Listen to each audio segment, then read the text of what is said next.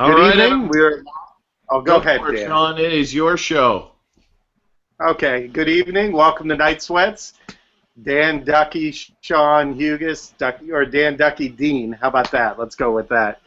We just got started here, trying to fix my computer. Hopefully, it'll be better tonight and won't be 16 crashes. How you guys doing tonight? I'm doing good. Not a whole lot of big sweats for us tonight, but we like to have some fun here on the show, so we'll do our best to do that. Sean, do make sure that you don't have the image directly, the square right on you. Make sure it's in switch mode. It is. I Okay. do not have anything locked on. Yeah. Okay. So, Just it check. might just.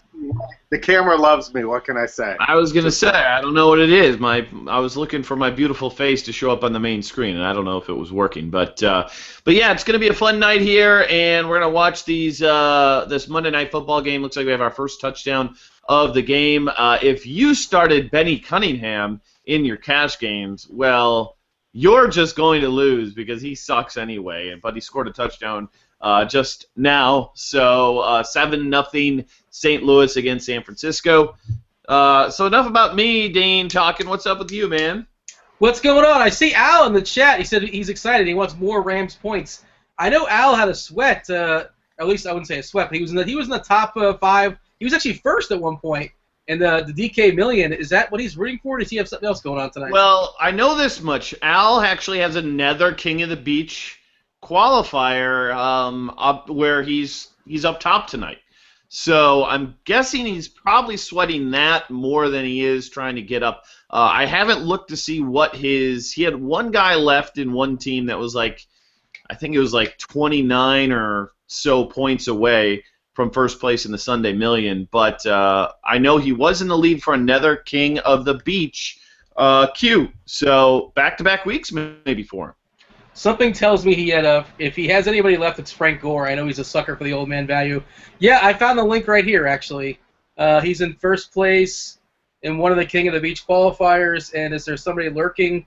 There's somebody in 10th with the 49ers defense, so there we go. That explains that's it. perfect. That's perfect. But he has Frank Gore, he said, in the Millie. So he's basically just playing for cash tonight over there in that tournament. But he was smart enough to use a Cam Newton team in that King of the Beach queue. So good job by Smiz. Back-to-back weeks. Geez, not bad. Must be Yeah, nice. Cam Newton actually he's running now. I don't know if you watched that game, but his box score looked healthy, but he looked kind of beat up by the end of the game. Not sure if he's going to be running anytime soon again, but I love Cam Newton running. He's very exciting. Well, they didn't have a choice. He looks like he looks like an older Superman now. He did the Superman, but it's like Dean Cain now. Superman would probably be the level he looks like. I'll go with that. Like the fat Superman that shows up to the conventions and signs the autographs, that kind of thing. The series was on 15 years ago. Yeah, the Hollywood, or maybe the original 50s TV one, who was sort of in shape. Yeah. George Reeves, I think was his name. Yeah, George Reeves. Yeah. Was sort of in shape, but it was in shape for the 50s, which is just kind of, big chest and a big gut kind of thing. Well, manly face though, chiseled face is key. Yeah, it'll be interesting. Definitely face. There's that Batman Superman movie coming out too. I don't know. I was a big fan of the Batman franchise, but not sure I'm going to quite get into that one. But before we jump into that, a couple sweats we need to talk about. There is a guy who's actually got a shot at both a DraftKings and a FanDuel Q this week, and that's Live Straddle. So I'm guessing he's some sort of poker player if you use that, because that's often a term. Isn't that what's exactly a Live Straddle, Dean? Isn't that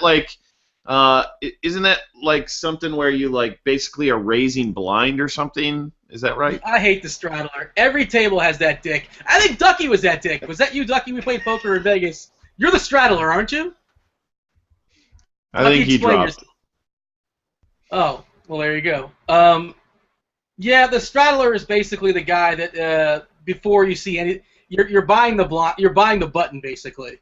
So you're moving the button, and you're pretty much you hate it when somebody else straddles when you're in the blind, because all of a sudden your blind is raised.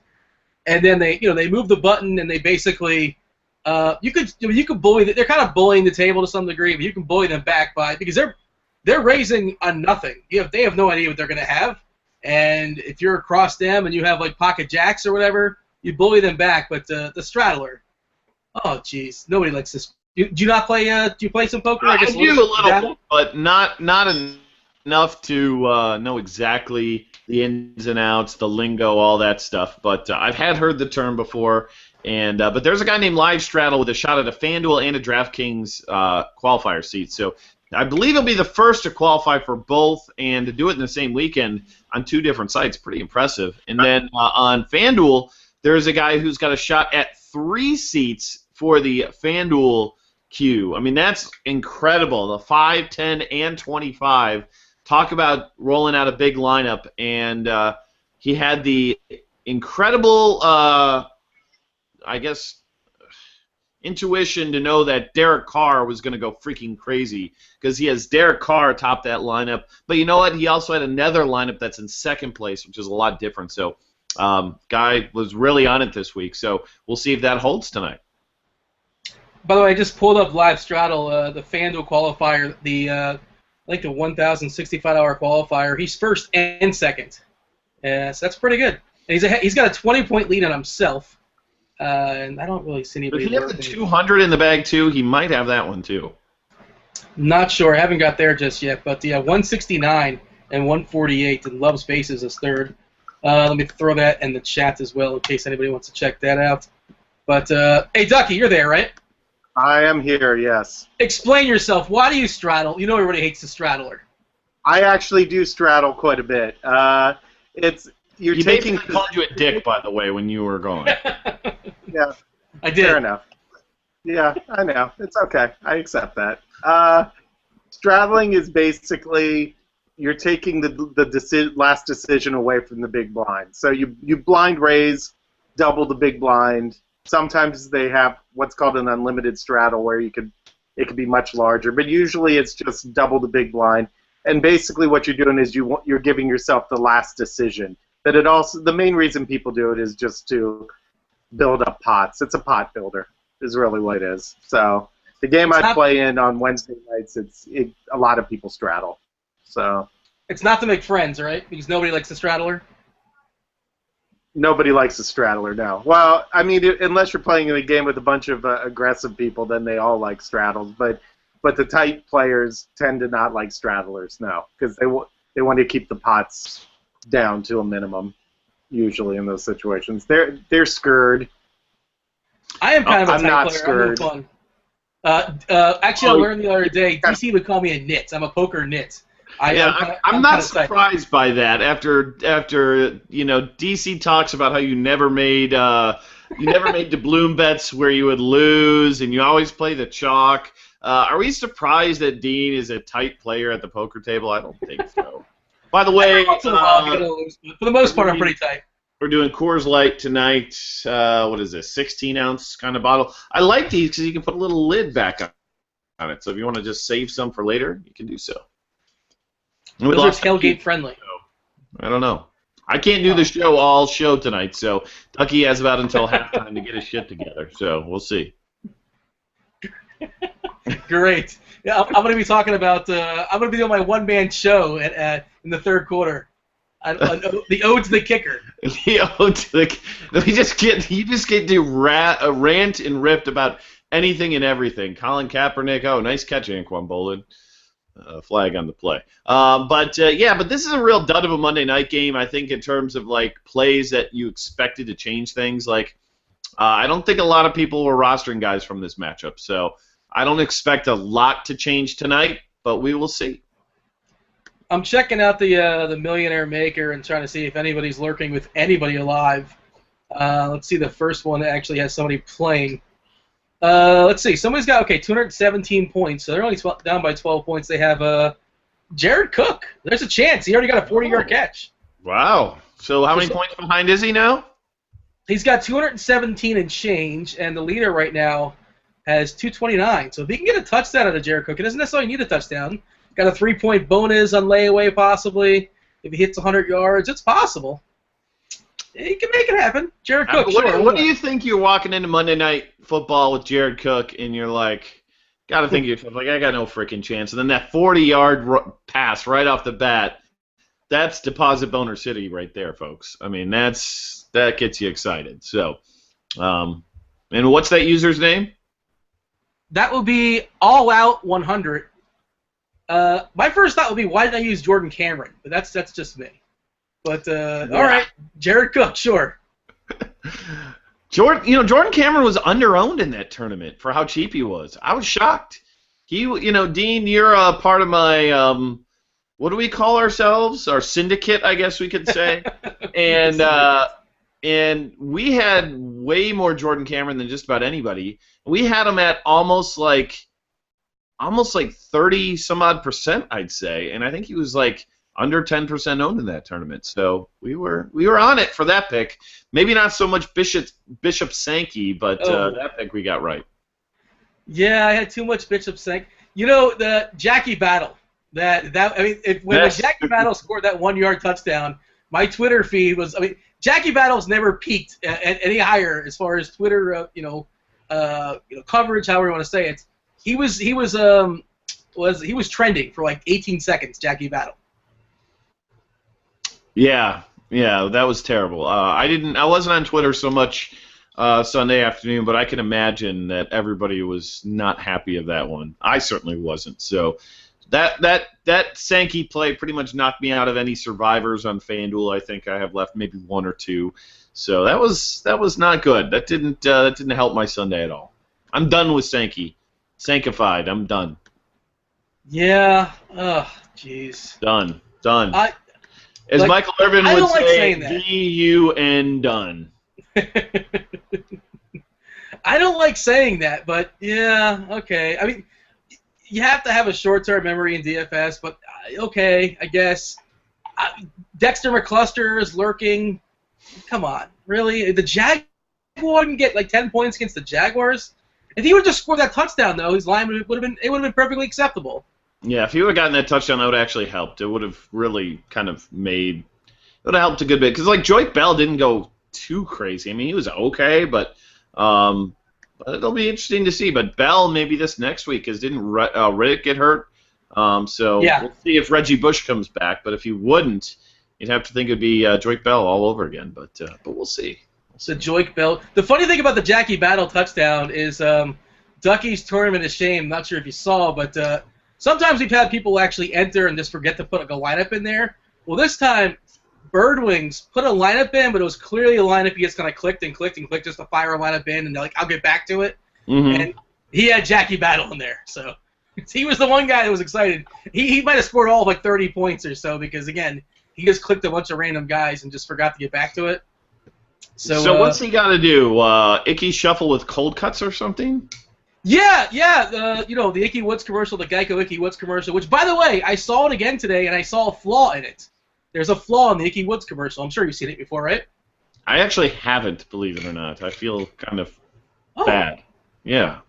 Okay, well, he's waiting in the, he's at his local delicatessen, and the guy says, hey, number 44. And he gets all excited. He sees number 44, and he starts doing the Icky Shuffle because that's what Icky Woods does. By the way, rough offseason for Icky Woods. He's not in his playing shape. Let's say that. And also, at what point, if you're the Geico marketer, at what point do you say, screw it, let's just call Icky Woods? Like, how many names do you cross off before you finally say, whatever, just get Icky Woods' people on the phone? But Icky Woods was a meat salesman. I did not know that. After his playing career, absolutely. I didn't grow up, but I went to college in Ohio, and one of my, I think it was roommates or one of my friends was like, yeah, one day Icky Woods came to my house to sell me meat. He was like a door-to-door meat salesman. So it makes even more sense that that he's at the meat counter. Those still exist? Like, what was the last person to knock on your door and say, I have some meat available for purchase? You want to know? It actually happened in college. One guy came up and sold. He's like, I got some great steaks for you, and we're just dumb. We were probably drunk on the porch, and he brought all the samples up, and we're like, okay, it looks good. And here you go. Here's my biggest problem, maybe in life, maybe not in life, but one of my top 10 problems in life is I can get sold on just about freaking anything. Like, I don't have the willpower really to say no that well. So, yeah, if you give me a good sales pitch, I bought many of things that I regret after the fact and said, what the hell was I thinking? And that was one of those moments, buying meat from some guy off the street. First of all, do you trust the random meat on the street? I don't know if the trust value. Do you trust the random guy knocking your door saying, "Here, I got some fillets"? Well, when you're 20 years old and not living, with your parents, you're out of the basement. You don't have a radiator sitting behind you. You don't really think about that stuff. Is that negotiable? Is the price negotiable, or it's just the price is the price? That's it. You can't bargain with the guy knocking on the door. Yeah, I think it is negotiable. I don't remember if we did, but I'm sure that it is. You mentioned you have random purchases. Did you watch a lot of infomercials, QVC, things like that? Amazing discoveries. We talked about this. Who was I talking with about it? Man. Oh, it was when I went up to New York. One of the NBC guys, it was funny, you deal with these big companies or whatever, our Roto World deal, we had a nice meeting with these guys, and we had a couple of cocktails afterwards, and we're sitting around just shooting the breeze, and I don't know how the conversation came up, but he's like, at some point in time, the subject matter of the guy late at night selling baseball cards came up. Yes! And, of course, I'm speaking of Don West. And all I know is, next thing I know, for the next 30, 40 minutes, me and this guy from NBC were swapping, Don West stories. Jimmy 10, you're going to get the McGuire rookie card. And I think we brought each other to tears, And here's this highfalutin suit at NBC, and here we are, talking about Don West. And I think Don West is easily, in my estimation, one of the more underrated TV personalities in the last 20 years. I can go that long. Without question, I agree. And yeah, I'm not ashamed to admit it. I've gone on YouTube, I've typed in Don West, and I've watched 40 minutes straight of Don West, just locked in, and thoroughly enjoyed it. Oh yeah, I mean YouTube. The best clip ever, and somebody's got to find it, is when Don West was looking at baseball cards. He knocked over 1,000 cards on the floor, and then instead of picking them up, he goes, "Look at me! I'm literally swimming in baseball cards!" And it's the best thing ever. And you got to think about what time this was on too, folks. This was on at midnight to 4 a.m. So here we are, stumbling home from the bars, just wasted off of our mind, and you got this obnoxious guy who looks drunk himself, trying to hawk you, King Griffey Jr. rookie cards, and just give you the best. But not the upper deck. Oh, no, not the upper deck. It was always the Donruss rated rookie or something. Yeah, which nobody cares about. But it was a Jim Mint 10, so, it's probably one of my favorite moments in life because I don't think I laughed and smiled and probably enjoyed myself too much more than that time, back in, I guess that was about 2000 or so. DP, by the way, in the chat with the Dynamite drop-in, talking about how you're so easily sold. He said, so now we know how Duckie got this show. Sold DB on it, and he just couldn't say no. And Duckie appears just for that. Hello. I give up. It certainly wasn't your internet that won Dan over. I really don't know what the hell's going on here because I mean, my internet's fine on everything else. I don't want to get into it again for the third straight week. I don't want to. I lost. I ended up getting my computer fixed, and there I go again. I bet you I'm gone again. No, wait, there I am. In the chat, give us your favorite random, as seen on TV. I love. Yeah. As a child, I watched. Remember there was a fake show called Amazing Discoveries. Do you remember this by chance? I don't recognize that one. It was a guy in a sweater. Now, I guess marketers figured out that Americans love British voices, so we have an inordinate amount of British guys trying to sell us infomercial products. We're more trusting to that apparently. But I watched QVC the other night for a half hour. it's fascinating to me to watch these people hawk what they know is complete garbage and try to like go off for a half an hour to sell me on some stupid like toy track. Like, I don't want this. Nobody wants this. And like, it's a fascinating to me that's somebody's job. I don't know. I find it entertaining. Maybe I'm weird. And I don't purchase it though. I don't say, screw it, bust out the debit card. But you actually what have you broken down and purchased? What have you said? That looks awesome. I have bought one thing. I have Okay. bought one thing. I bought the turbo snake. That's for the toilet to declog the For the sink. For the sink in this case. So it was when you get a clogged sink or toilet, I wouldn't say it works wonders. I have pipes from 1925 in my house, so anytime anything goes wrong, it's just you end up having like my kitchen sink. Even though there's nothing that should be clogging it up, it gets clogged up. And I tried the turbo snake, and it didn't do the job I was hoping it would. But, These pipes are clean. Oh wait, fumble! Oh, fumble! Rams get the ball back. I think it's gonna be a real fumble too.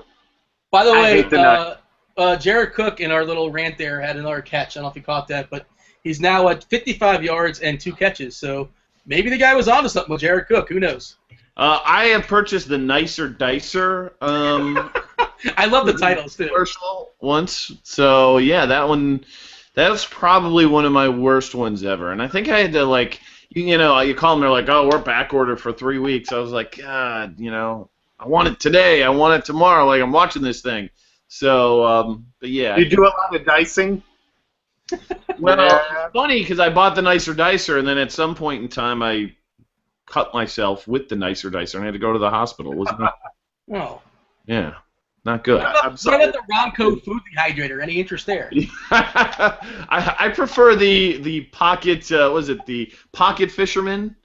Where you can the fishing pole that goes down and you stick in your back pocket. Remember that one? I don't remember that one for some reason. There's a sex move I know called the pocket fisherman, but I can't really. Yeah, Ron Popeil had a lot. He had the food dehydrator, which looked awful, just terrible. And then of course he had the rotisserie cooker, which was big. What else did he have? Was there other ones? There was a product called GLH called Great Looking Hair. It was spray on hair. Do you remember this one? No, not at all. Yeah, it's a spray can. LeBron used, or Carlos Boozer definitely used. Carlos Boozer. The one night Carlos Boozer went. How did none of his teammates, did they all get together and say, listen, let's just not say anything? I mean, it's going to be hilarious. Somebody had to tell Big Boozer, take him to a side, and say, listen, looks like somebody took a marker to your head. He didn't factor in high def. It's really what it is.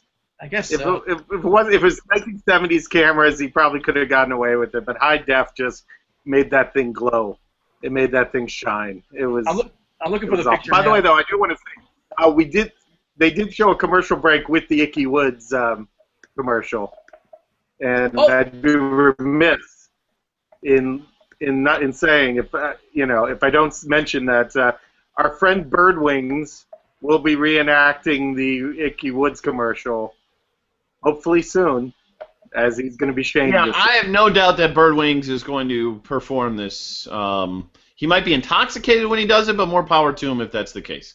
I know. But yeah, Birdwings will come through with this. He's got no shame. So. Yeah, I almost, if you look at his team, I think he tanked it. I think it was just a safety lineup that was put in, but I think he tanked the TOS this week. So I think he wanted to be. And on that note, we say goodbye to Duckie because his event closed. Oh no! You're going to get some high-speed internet. Can you put a clip of Don West in the chat for people so they can get that joke? If you're in your mid-30s, you know it.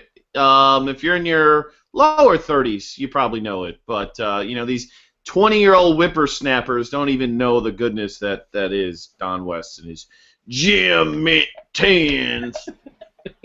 If Duckie cuts out and you got to go to sleep, I'm just going to play Don West clips for the entire fourth quarter. There you go. I like it.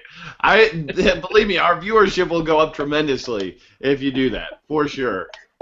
Because you know what I get to do tomorrow? I get to talk hockey with Pepsi So I'm going to record that interview here probably at halftime of this game. So. Oh, nice. Yeah, so going to get some hockey talk tomorrow on the pod. I type in Don West. Yeah, I guess there was. We talked about this before. There was a Don West SNL spoof, but it's hard to find, right? It's very hard to find. We tried to find it, and I can't find it anywhere. I can't find it anywhere. I know it exists, but I can't see it. I've never found it. Is there a certain one like Don West baseball blowout extravaganza? Is there a certain one that we should go to? You just go like Don West. Swimming in cards is always a good one. Jim at 10. I mean, any of them. He's just the best. He's absolutely the best. And I don't know what he's doing, but he should get back to selling baseball cards. He always had Ken Golden on the phone. Hey, Kenny, tell me about this autographed Jeter card, and we got a touchdown for the Rams. Lance Kendricks. Lance Kendricks. The other tight end. Wide open. 14-0. So St. Louis doing pretty well here. Well, there you go. Al's excited. He wanted more points against San Francisco. So. I want to say I'd like to punch Verizon in the vagine. That's what I want to say right now. I'm very angry with Verizon. If any internet company wants to take over my high-speed internet, I'd welcome it. So just want to say Listen, if somebody would sponsor your high-speed internet, come on. I mean, I've been touting Strawberritas for about 6 months here, and I still can't get a freaking sponsorship. Give me a break. You'd get one by now. You'd think you'd be Mr. Strawberrita by now. You think so? You think they'd at least throw me a coupon for some freebies or something? I know. One case. Just send one case of Strawberritas. Yeah. I mean, Dan Bach is the official. I mean, how often, if you go on Twitter and look up Strawberita, there's a 30% chance Dan Bach's name is mentioned in that tweet. I mean, that's got to factor in. I want Dan Bach to get a free case, because it'll be a whole show on here, him talking about the free case of Strawberita. I'll just fire it up and just start chugging them left and right. Like, just come on. Like, we'll see. Maybe one day, maybe one day. We're getting bigger. The other cool thing, by the way, about Jared Cook, if you're not going to get to the million, I'm just kind of looking at the guy's in 7th place right now. He's got 219 points, 0.84 points. So the guy in front of him has like 0.1 more points. He's in 7th. 7th pays $25,000. 6th, $30,000. So pretty much each catch Jared Cook gets, he's getting another $5,000. Can he get up to 2nd, you think? Is it 227.8? He's about 8 points behind. He can. If he gets to 100, if he gets 100 yards, he'll probably get it, right? Because he'll have 5 points on the receiving and 3 for the bonus. So he needs 45 more yards, and who knows how many catches he'll get it in? But that's at a minimum 5.5 points plus 3, so that's 8.5 points. So that will put him right there. Hey, that's a pretty good sweat. Even if you can't get all the way up for $1 million, just to get 100K is pretty impressive. But DraftKings running it back again this week, 3rd time in a row, folks. Craziness. Yeah. People keep saying if you build it, they will come. Yeah, that's the truth. There you go. And I do need to compliment DraftKings. This might not be the prettiest shirt, but it's the damn most comfortable one that DraftKings has. So that's the DFS gear I'm sporting today. DraftKings will never do this, and I understand, but I swear I know enough creative agencies here in LA that would be more than happy to do a new logo for you guys. I know it'll never happen, but I'm just offering it out there, so I could help. You never know. You never know, Duckie. I mean, I don't think they would do like a major overhaul, but everybody, brand sharpens up at a little bit, at different points in time. So yeah, you never know. I'm just throwing it out there. I don't know if any of the DK people are watching, but I mean, I don't know if any of the people in chat are watching, so it evens out. I'm just shocked that you have an internet connection. I'm excited about that much. Yeah, hey, let's not jinx it. But I think it's just DP is watching the show, and that's about it. Maybe Chelly is watching. We'll take requests, DP, if it's just you. Yep. We'll dedicate the show to you personally, Casey Kasem style, if you'd like. Yeah. We'll do anything for DP. We're whores to DP, I guess, technically. You guys might be. I'm not. Are you kidding me? Famous last words, Yeah. buddy. We'll do anything for TP. I know. I guess that sentence really should be rethought. Oh, by the way, Joe Watson's made over $50,000. Turned 50 into 31,000 in 2 weeks. Just wanted to make that point. Yeah, I case you asked the FanDuel guys about that this week, and I guess he won like back-to-back big tournaments last year for football or something. Like I think he won Probably like won like $25 or something something. back weeks or something like that. So I don't know, because I was like, why is Joe Watson now like the new beer makers fan? And they told me that some of the stations won't allow them to use beer makers fan because of his daily fantasy handle, because it says beer in it, which is like the most ridiculous thing actually ever. costing himself. Beer makers is costing himself views. I'm shocked. I love Chris. He's a great guy, but I know, but I've seen him everywhere. So it's like, you know. You're just still But, pissed I didn't pick you. Yeah. Of course. Well, Just I because understand. Butterballs is more photogenic than you are, get over it. Oh, Butterballs. Damn you, Butterballs. I'll always be bitter about that, yeah. I would be I too. wanted a free trip to Portland. That's all I really wanted. I wanted a free trip to Portland. I love Portland. It's a great town. So I've got friends up there.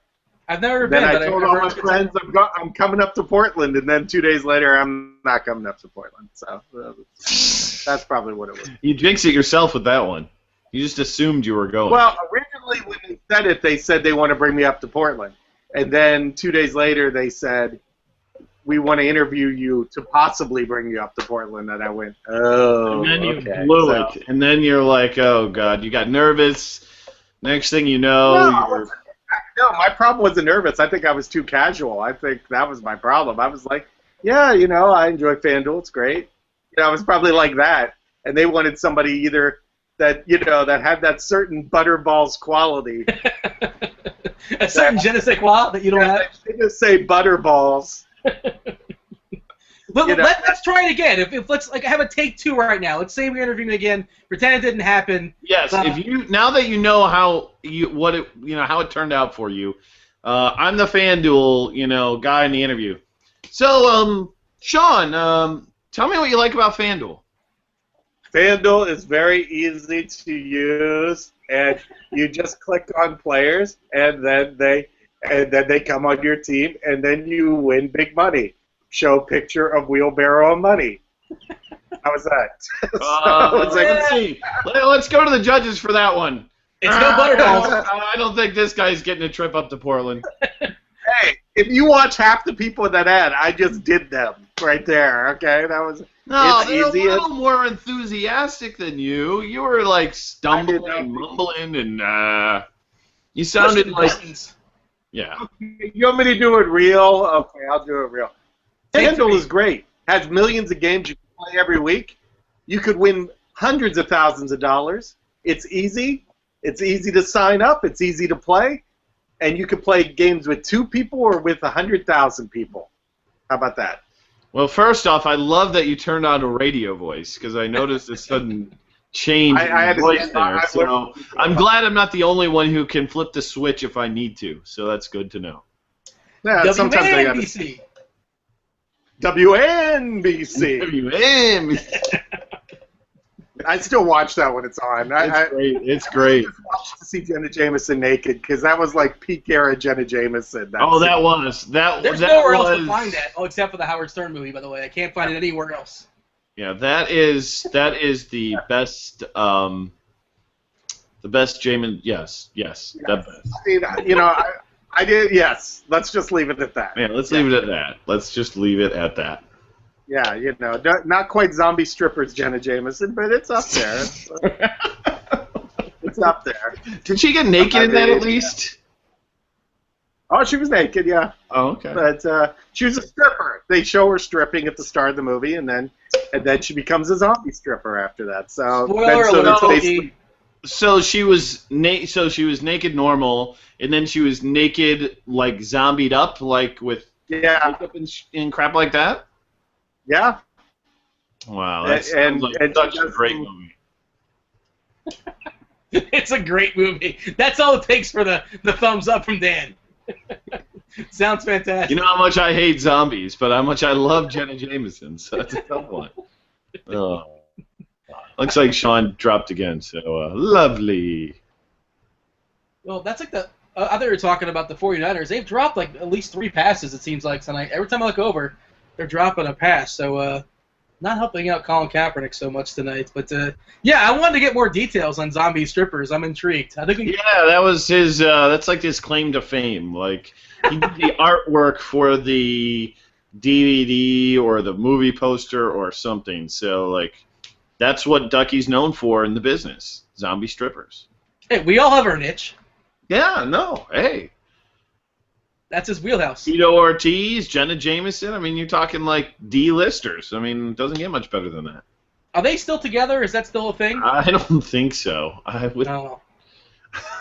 I don't want to live in a world where Tito Ortiz and Jenna Jameson can't make it. If they can't make it, how is there hope for the rest of us? You know? I guess Tito Ortiz came to some of the Star Street events. Oh, yeah?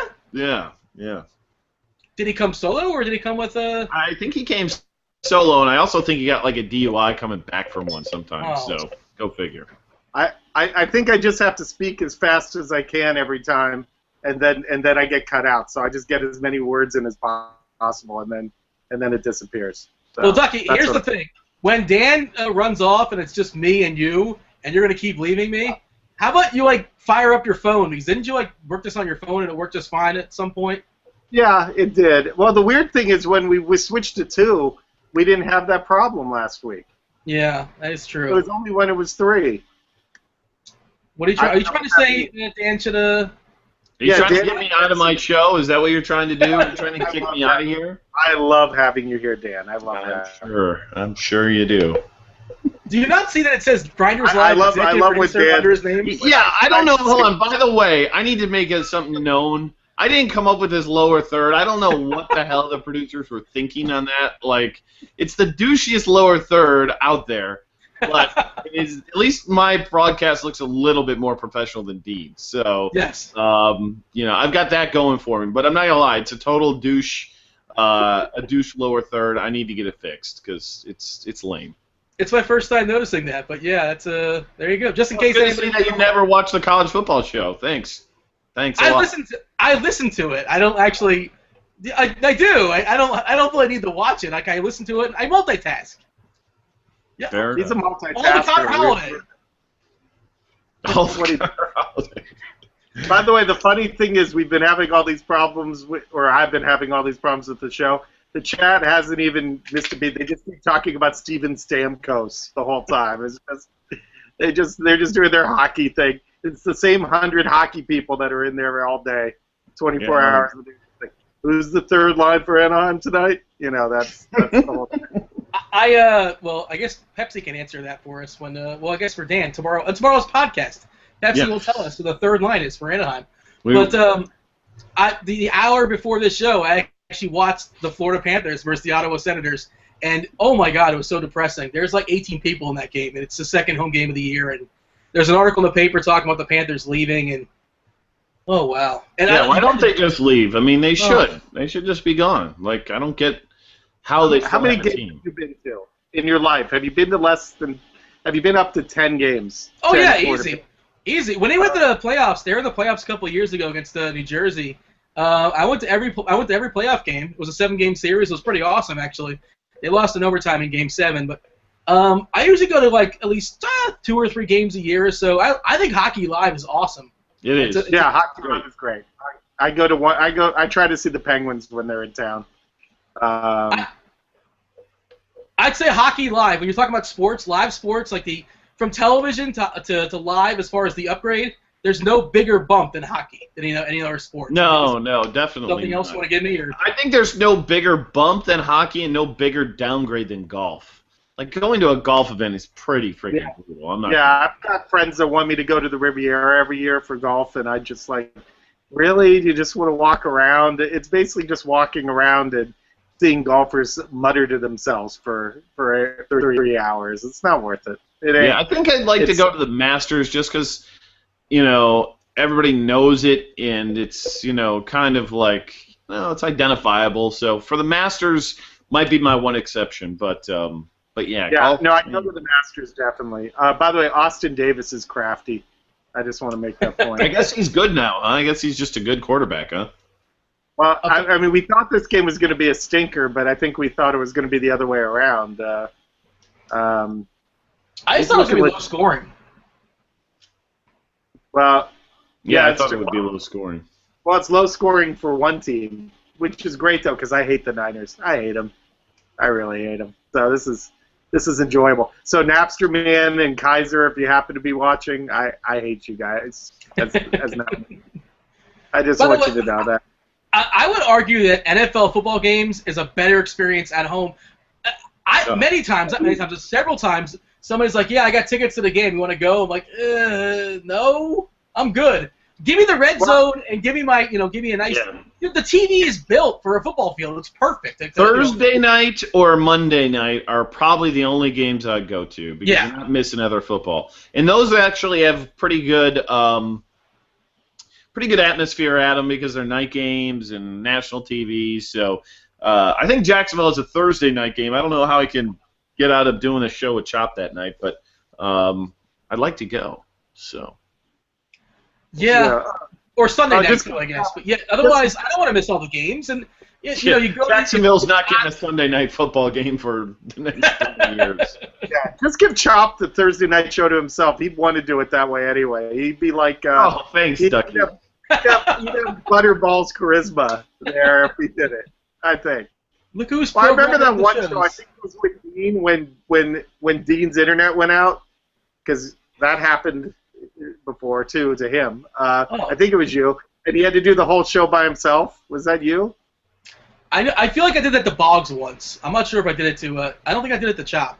I remember Chop had a show where he had to basically do it by himself, and he just riffed for 30 minutes. And I think it was CSU Ram. I think it was a Ram show. Yeah, it was probably like a weed block out there. So I didn't say that. That never was said. I just love you, CSU Ram. No hate. It's legal, so it's okay. He's not breaking any laws. That's true. It is legal. Pretty sure nobody's had to pee in a cup at Roto Grinders. I'm pretty sure of that one. Oh, well, yeah. I think it would be static on the air for if that happened. Who is least likely to pass? No, Al would have a show. Al would have 8 shows. Maybe. I don't think STL is one to too often either. But, draft sheet, forget it. No chance he's passing. Yeah, but I don't know, Dean. Anything you want to? I'm passing. Oh, you're passing? Okay, I'm passing. All right. If you're asking me, I'm passing today. There you go.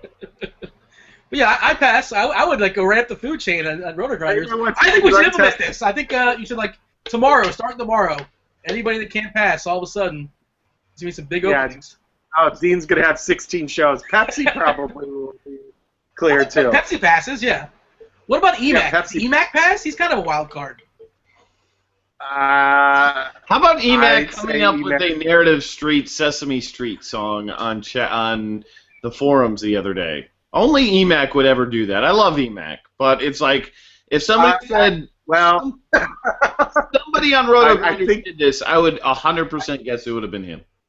I think Alvin did something similar a couple weeks earlier. He did. Yeah, I think he did. So on another show, I'll just leave it at that. And then, we had, because EMAC came to us and said, we should do this as a shame, and I was like, it would be a great idea for a shame if I think somebody else already did it. So, but it was a great job, and I give EMAC credit, and he would not pass the drug test. Oh, so, really? That's my prediction. That's my prediction. Based on the song, or based on some kind of inner knowledge? I'm sure. No, I have no idea what he's done. He might not have ever touched anything in his entire life. I'm just if we're gonna put 50 cents on it, I'll bet there is a day in his life he would have been caught. Let's just say that. So I would say that too. It's not in the 80s. So sometime it was a 87 or so. He might be fine now. But, Yeah. You know, he had his moments. I'm sure he would tell you that. If Emac, you're in the chat, feel free to Defend yourself. All right. Let's see. What else do we have to rant about here this week? Oh, by the way, Justin Forsett looks pretty cheap on FanDuel this upcoming week. So just let it be known he could be a popular play over there. I haven't looked at DraftKings salaries yet for the Millie Maker, but I got to give them credit. I think they improved from week 1 of it to week 2. So good job by them. I have a hard time buying Justin Forsett. I know I have a bias that he just stinks. Is that wrong? Who do they play this week, Dean? I believe it's Atlanta. Yeah, okay, they play Atlanta. All right, fair enough. Did you know that going in? I didn't know that. Systems make backs. What's Systems make running backs. So if you got a running back in the right system, they'll do well. And Forsett works well with that Baltimore team. So I think if you put, I don't know, Frank Gore with that team, it might not work as well. So that's Baltimore's a little more wide open than they used to be, as evidence of Joe Flacco throwing 5 touchdowns in the first half. So He had 4 in 1 quarter. I've never seen anything like that. yeah. And it's crazy to think a guy had 5 touchdowns, and the winning team. Does the winning team of the Millie Maker have him, or does he have Cam Newton? I think he has Newton. Let me pull it up. I think he's got Cam too. So. No, he's got Flacco. Oh, he's got Flacco. Okay, so he is. Because I watched that first quarter and I was like, well, I'm not making any money. It's like, or at least I'm not winning any tournaments. Probably making some money, but not winning any tournaments because it's hard to win without that 5-touchdown guy. That's for sure. Yeah. His team, by the way, Joe Flacco, running back Lamar Miller, kind of off the board, 2.3%. Brandon Oliver, chalk play, 30.5%. Was that the highest owned running back? It's got to be one of the highest owned. Andre Holmes, our 3K special we liked on Sunday. He paid off for us, 31 points. Jordy Nelson, Steve Smith Sr., he paired him with Joe Flacco. Orange Julius, all that guy does is catch touchdowns. Mohamed Sanu went absolutely crazy. And the Broncos defense, thanks to Geno Smith. The books, by the way, were so upset, the sports books. I think it was like 7.5 or something like that, whatever it was. The Jets were covering with like 30 seconds to go, and the pick 6 happened, and then Vegas loses a bunch of money. Yeah, like anybody feels sorry for Vegas. Give me a freaking break. So sad. The Bellagio is going to close now, thanks to that. As long as the penny slots are still going, they're good to go. Sports betting literally makes up like 2% of all their income. They like make it's such a it's just lose. I mean, it's not they don't lose, but like for how much square footage some of those sports books take up, it's really not worth it. That's why some places don't even have them. So. Yeah, but the thing is, you got to have them to get people in there, at least certain people. Yeah. But yeah, you're right. By the way, somebody mentioned Eddie Lacy is 4,700 on DraftKings. I know there's a lot of hate in Eddie Lacy, but 4,700? It doesn't catch the ball, so PPR sites not the best place to play him, but 4,700? Pretty cheap. If he gets a touchdown, he's good to go. So you never know. Eddie Lacy. James Starks, I know, is playing a lot yesterday, so I don't know. Almost like splitting time, pretty much, it seemed like. I haven't taken a look at the prices just yet either, and there's no... Who's in the buy? No Philadelphia? I haven't seen the buy. I haven't really seen anything just yet, but I didn't see a ton of value at FanDuel. I took a peek at it. And it's tough. I have to, it almost looks like Draft Street back in the day. Yeah. It's definitely pretty tough. So, Sean, I know you like to talk about things randomly. What's your thoughts on the British MILF in the Cialis commercial? Oh, the British. She's attractive. I mean, she's no Lily from the AT&T commercials, but Dean and I are big fans of Lily from the AT&T commercials. But I think we had 5 minutes on her one day. But she's going to try. Look, if you're going for if you're a middle-aged man, and I think she would be a good Viagra replacement. I'll put it at that. But a lovely lady, and my apologies to her. So I love how they like changed the. Used to have like people sitting in bathtubs, in the middle of the cliffs of California, and now they literally have amped it up to the point of like sexy milfs whispering sweet nothings to you like right in your face on the commercials. So, way to go! Way to get upgrade. Well, what's brilliant about it is that they're not using like a 20-year-old model, they're using like a 45, perfect demographic. Right? That's the wheelhouse. She's talking to the audience, and those guys still think they can get her. They don't think they can get the 20-year-old model necessarily. They're like, I can get her. A couple drinks. Yeah, I can turn a little charm on. It can happen. Is that what you think, Sean? That's more your demographic than mine. So.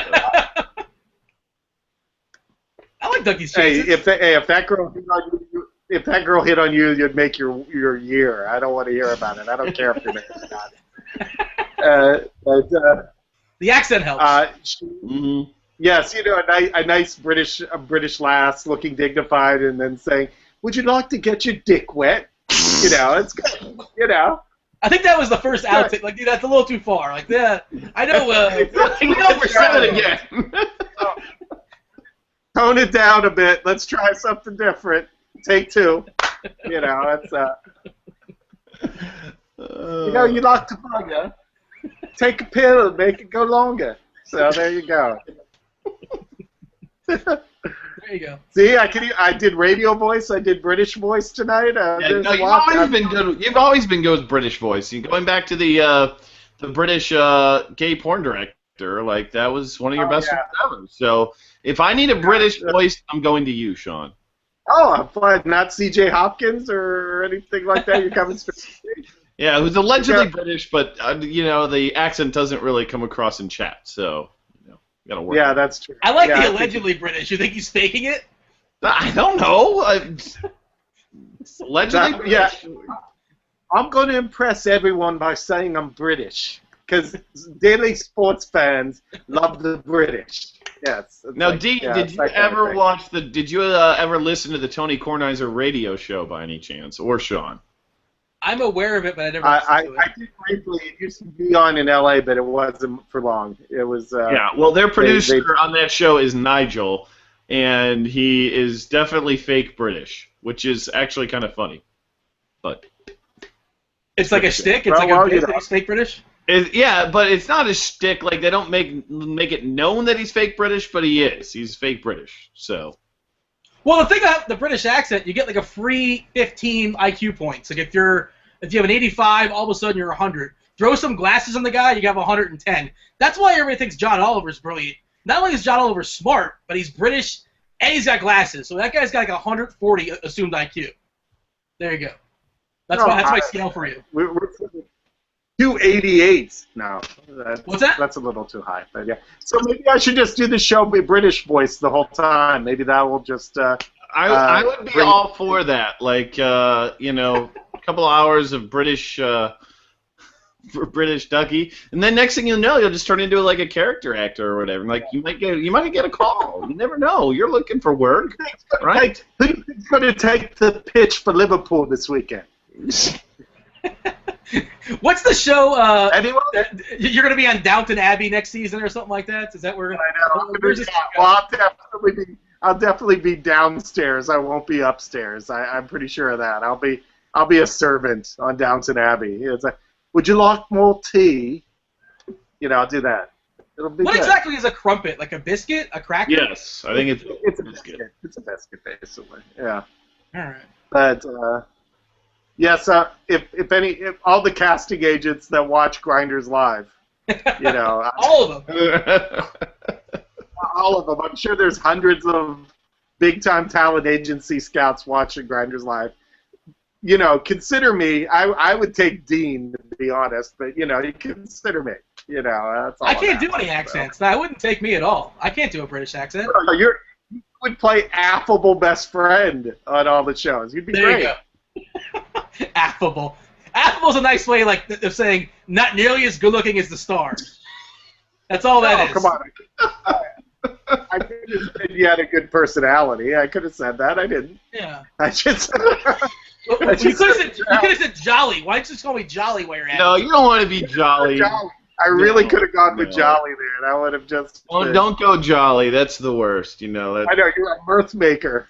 What is the Definitely, least amount somebody's weighed that was called Jolly? Like, has there ever been a guy 112 pounds called Jolly in the history of the world? No. You have to be at least, like, what? How many pounds? Santa Claus. Ethiopian Santa Claus. I'd say like deuce and a half. You're Jolly. Yeah. Like, you know. You can't be Jolly at like 140, 150, right? No, I don't think so. No. All right. Fair enough. I want to apologize to Ethiopia for that last comment. Yeah, that was not. I didn't want to. Yeah. They were watching too. John, They're we need tuning in. to put you on suspension here. Come on. No, we're big in Addis Ababa, and I apologize. So, oh wait, that's not Ethiopia. But Well, whatever. you gave a heartfelt apology, so that's good Oh, enough. somebody said Sean say Jaguar. Jaguar. Jaguar. No, it's Jaguar.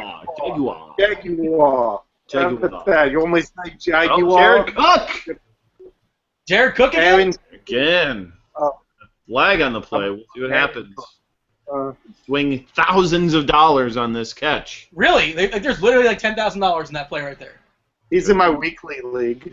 Sean, Anyway. shut up. It wouldn't be a night sweats if you were talking about your freaking Nobody season cares. long league. Like, I geez. had to buy a league for Jimmy Graham. I had to do it. We're not Roto But nobody Wire. cares. We're not Roto Wire. We're not I know. I enjoy doing that. Roto sites. We're Roto Grinders. We're daily It's fantasy. It's offensive pass interference. I know. I just like doing that because I know it gets you riled up. Jared Cook, oh, that's... He just had thousands, ripped from his hands. He would have jumped up to fourth place. He would have went from seventh to fourth. So he would have went from $25,000 to $40,000. But he Damn you, Aaron Cook, or what, or whatever Jared Cook. Jared Cook. Jared Cook. He doesn't look like a Jared to me. I don't know why. No? Yeah. What does he look like to you? No, Be careful. not a Jared. Yeah. The Ethiopians are still watching. Whoever you didn't turn off 5 minutes ago, they're listening, anticipating. Winchester Cook. How about that? He looks like a Winchester Cook. I was gonna say Niles Cook. Niles Cook. Yeah. It's possible. So Sure, I know I've already yeah. pissed off all of Ethiopia. I don't want to continue with that. Yeah. Very But upsetting. yeah, I'm glad I got College Game Day. They just did a commercial for it, and somebody had a Phil Knight wears jorts sign.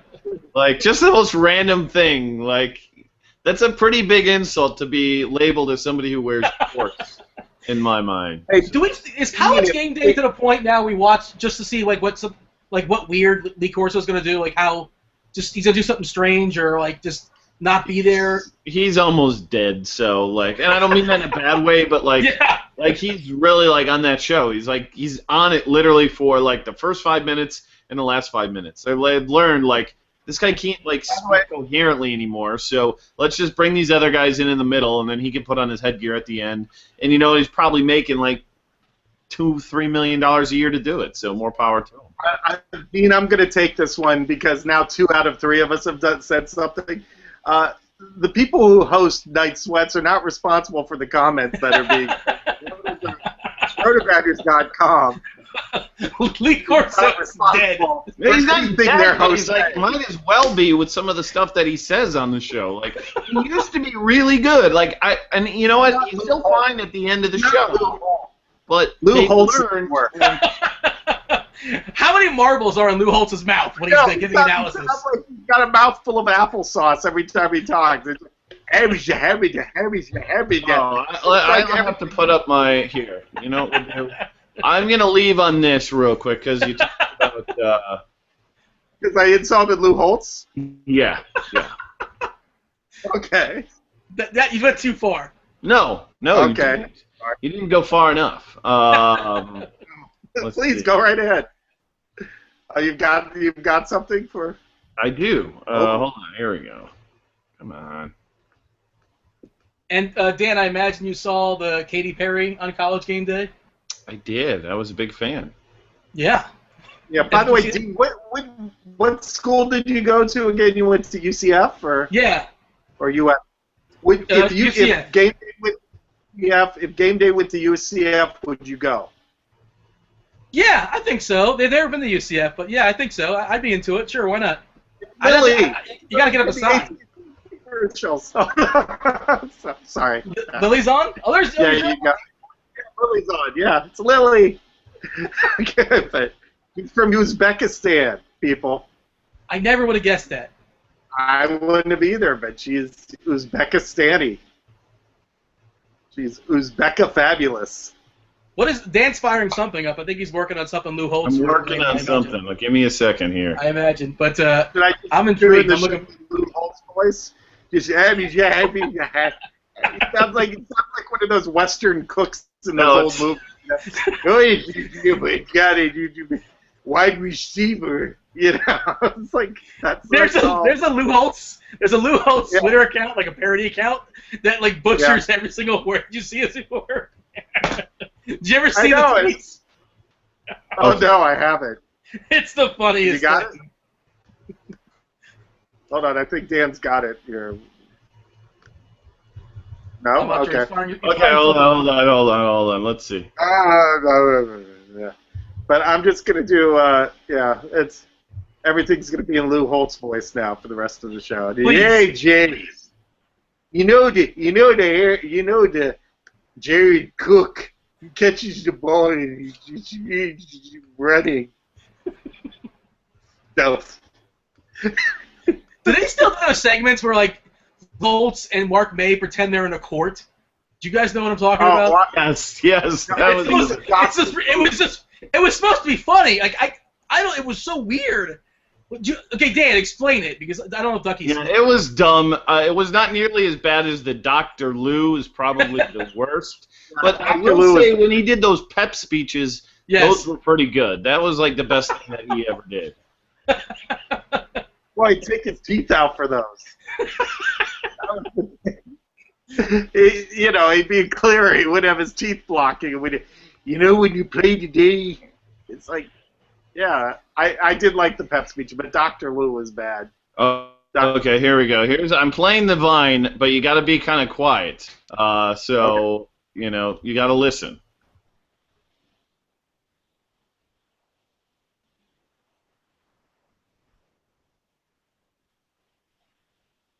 Can you hear it? I don't hear anything. You don't hear anything. You gotta hit the volume button, Dan. Hit that like volume thing. I can hear it. I can hear it on my end here. Let me think how I can do this here. Just put it up on Twitter. We'll find it later. Kids, it's up on the chat. Not hearing it. You're not hearing it. Okay, hold on. Let me try something here. Let me see. This must be heard now.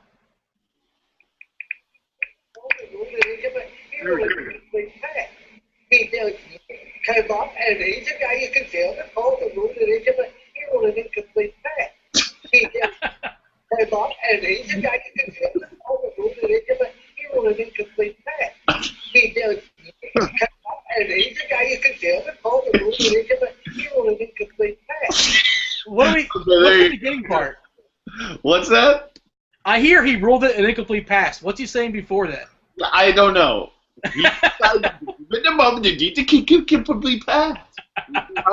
I'm gonna do something for the show. I'm going to do Hamlet's soliloquy in Holt's voice.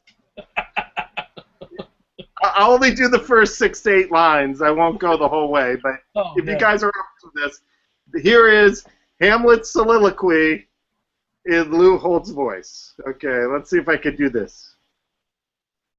To be or not to be, that is the question, whether the nobler in the mind to suffer the slings and arrows of outrageous fortune, or to take against the set of problems you propose about.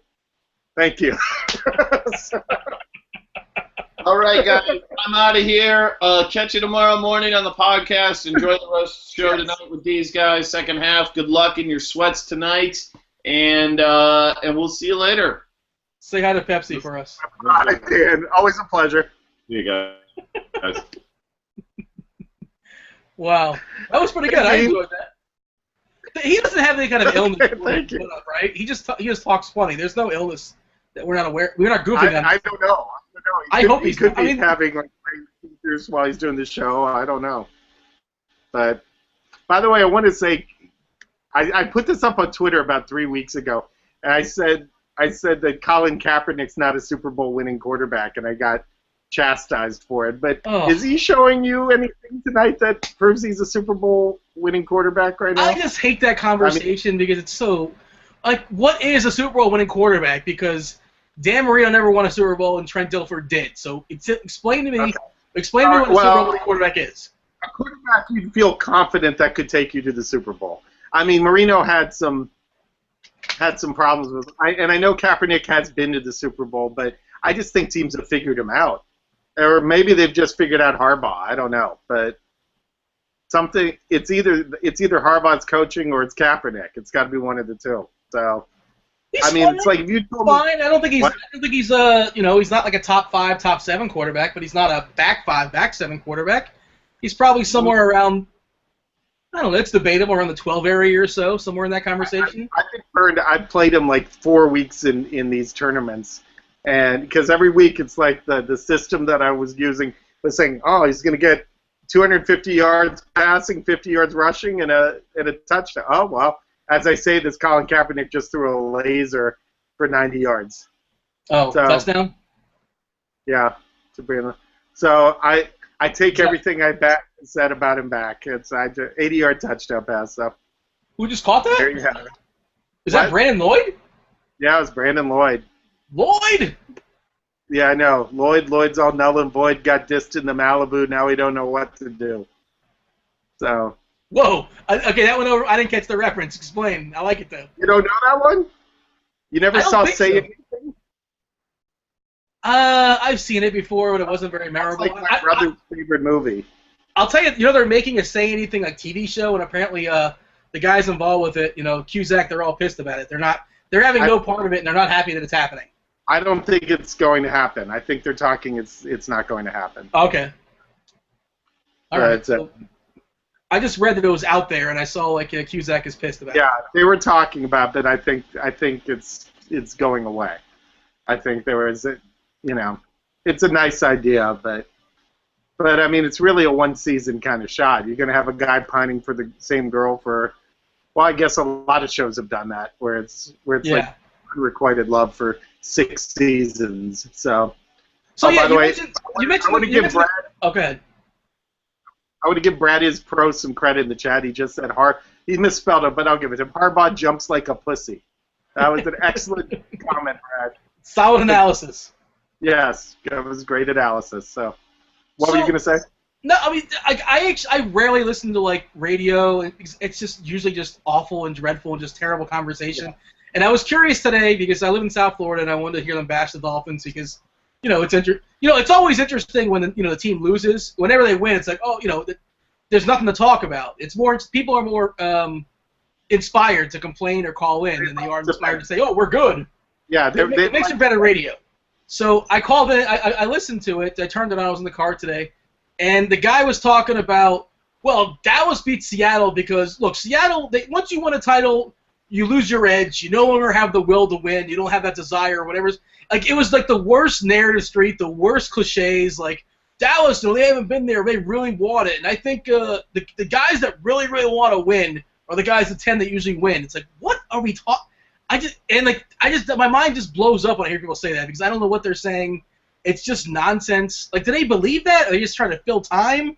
What's going on there? They went to Mike Ditka School of Broadcasting there, I guess, in that situation. So, I mean, there are some things, like the whole will to win, and I know when I said Super Bowl winning quarterback and all that stuff, yes, I know it's narrative street and everything like that, but it's like, but Seattle's going to be fine. Seattle lost a game, they didn't come out on fire yesterday, and they paid for it. I mean, the score was 10-0, but offensively they didn't do much the first half, and then they kind of just fell apart. It was a bad game. That's it. So if I poll like 100 people that watch football all the time, right? Or, however you say, people watch the NFL, not necessarily experts per se, but they watch football, and I ask them, where is Russell Westbrook Russell Westbrook, I always do that. Russell Wilson, as far as, quarterback in the league, not fantasy-wise, just best quarterback, rank the best quarterbacks for team, best chances to win, all that kind of stuff. Ask him this week, and I asked him that last week. What is the number last week, and what is the number this week? Because it's all about let's react to what we just saw and forget everything else we've seen. Yeah, well, he was top 5 last week. Yeah, well, yeah. I mean, you could argue top 3. You could argue top 3. He's probably fallen down to 8 to 10.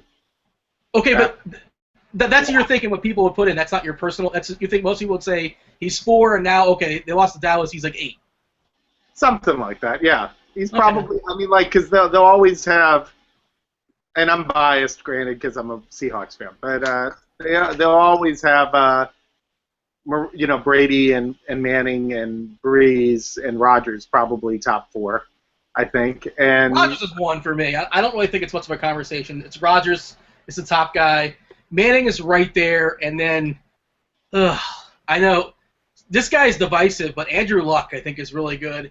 He doesn't have any. He's got to score 40 points. He has no defense. Weapons aren't great either. He has no running game. He's Dan Marino all over again. There's about 6 or 7 quarterbacks you can make the argument for, and it's like I'd put Wilson up there too, just because he seems to win different ways every time he plays. But yesterday he didn't. So, I mean, you have to consider Phil Rivers now. I mean, I guess so. But look, we're just going to forget the last 8 years of watching Philip Rivers and pretend it didn't happen. I guess maybe he's figured it out finally. That's all. He's finally figured it out. He has the right coach. He has the right coach with him now. He doesn't have Norv anymore. I mean that matters. Not having Norv Turner as your head coach has to mean something. So coaching certainly matters. Schemes and things like that certainly matter a lot. As far he might have found the perfect scheme for himself. I don't know. I like Rivers. I'm fine with Rivers, but I just don't know. I just don't want to overreact and necessarily say I don't want to anoint him and say he's a top 5 quarterback. He's probably he's more top 10. Top 10. No, especially if he's rocking the bolo tie. I mean, I might move him up like a spot or 2 for the bolo, but otherwise, he's right 8 or 9, something like that. Yeah. I don't know, but I do agree that you kind of it's a passing league, and I think DC actually was tweeting about the other day. He made an interesting point. And he was talking about how good J.J. Watt is. Like, how good J.J. Watt is compared to everybody else in his position, and his team still stinks. And, you transfer that talent, to if that guy, instead of being, at his position, be a quarterback and how much better you can make your team. So he was like, would you want, J.J. Watt and an average quarterback or the best quarterback? It's how much different it would be. It's all about a quarterback. Just get a top quarterback and you're in pretty much anything. The Seahawks are 8-8 without Russell Wilson, if that, and the Broncos are probably 7-9 without Peyton Manning. Yeah, and the Patriots are probably 4-12 without Brady. So it's like and Andrew Luck not on the Colts, forget it.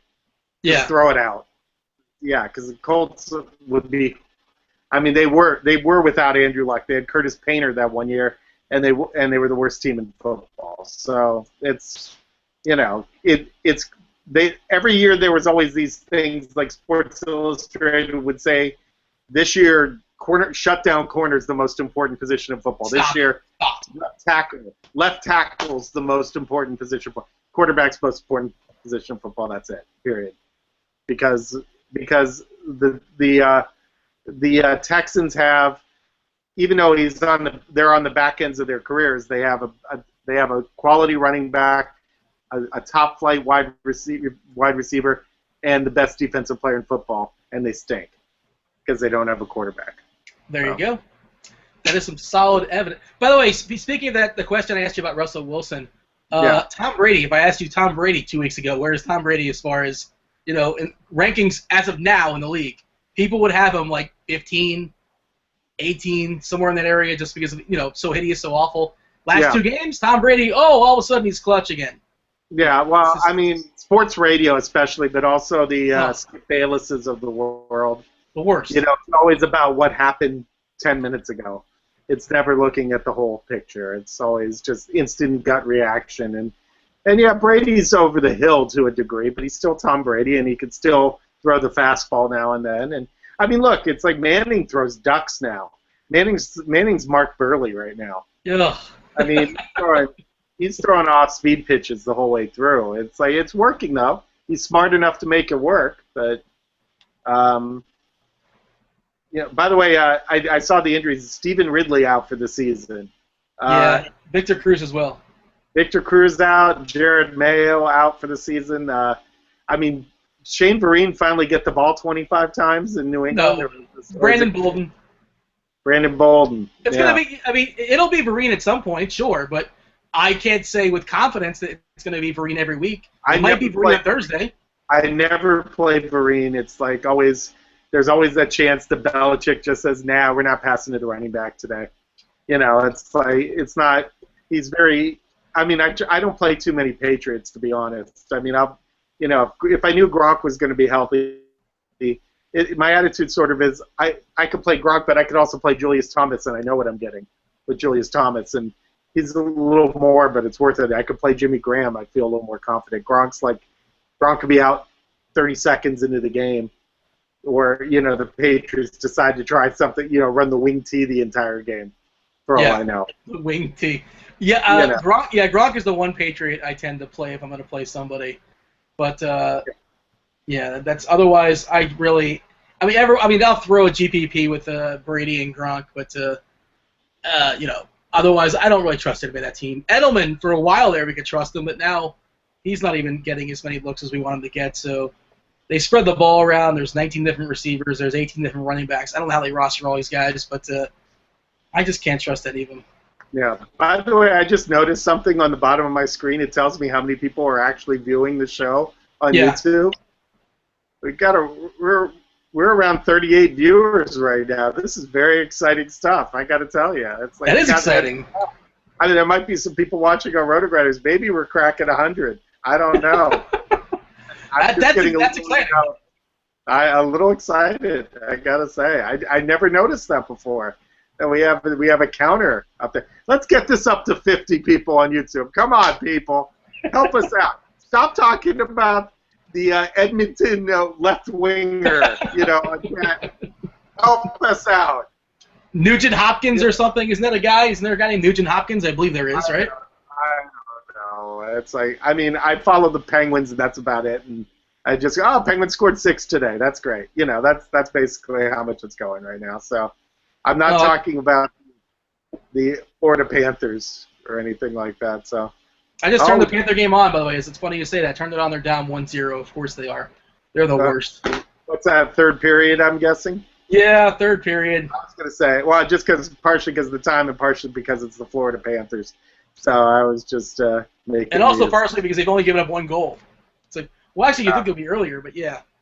Yeah, well, hey, they're due for a goal. How about that? It's going to happen. Yeah.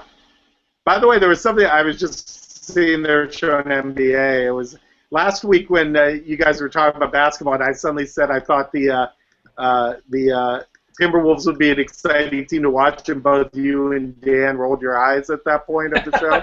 I talked to my friend at ESPN, and he was like, no, the Timberwolves are going to be very exciting to watch this year. You need to follow them. So Phoenix is a team that's going to be fun to watch.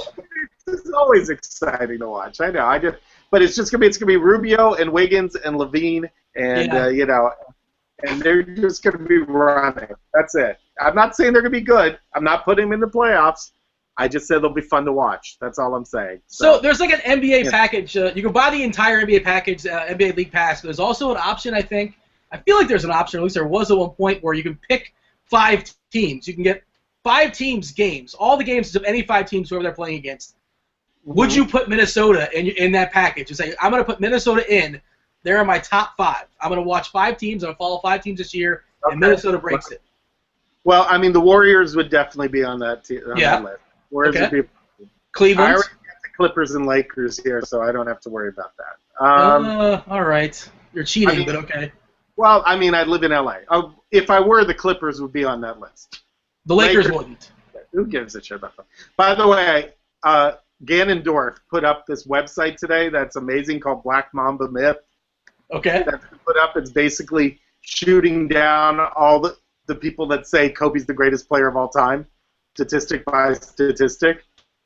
and basically just saying Jordan's definitely better, and LeBron is already past Kobe right now. You know, that kind of thing. He's saying Jordan's the best, and LeBron's on his way. And then just every day, I think they're putting up a stat. Are you trying to like push my buttons? Because this is another one that drives me insane. People say, well, LeBron's good, but he's no Jordan. Maybe he can be. What do you mean he can be? He's given you a 10-year sample size to show how awesome he is. Why do you need 6 more years to doing the same thing? I'm just saying where you put the career numbers up. I'm just saying the totals statistics back up. I think he's just as good as Jordan. It's better. Well, I mean, you start getting into those narrative things, you know, like championships and things like that. And it's like, I mean, LeBron's the most unique player in the history of basketball, I'd say, because he could play all 5. I mean, Magic could to a degree, but Magic wasn't as fast and strong as LeBron is. So it's. Here's my rebut, by the way. Here's my rebut for that. When everybody says Jordan 6 titles, whatever. Here's my rebut for Jordan versus LeBron. LeBron bigger, stronger, faster. But okay, you played those fighting games like Mortal Kombat or Killer Instinct, and you know how they show like each character their attributes. They break it down by speed, size, and agility. Now break down the attributes. Now the 2 characters, LeBron James or Michael Jordan. Show me where usually they try to make them even, so like it's a fair fight. Show me where Jordan like supersedes LeBron so much where it's a fair fight when we're breaking down attributes. Genuine badassery. Genuine badassery. See, stop it. Jordan's a badass. Jordan would step on your throat. That's the only difference. I don't know if LeBron always has that step on your throat thing. And this is good because the chat finally came alive. I said I had a hot take that LeBron's better than Jordan, and now I'm going to get rid for it. Brought to you by. No, look, I'm not being mean. I'm being honest. No. LeBron's better than Jordan. I'm sorry. And also, it's the same argument as like guys that are from New York that say New York pizza is the greatest pizza in the world. It's the greatest pizza in the world because you grew up on it and you're 12 and you're no longer living in this, you're not in New York anymore, so you're nostalgic for it. So anything like in your childhood is better than today. You grew up with Michael Jordan. You're 35 years old.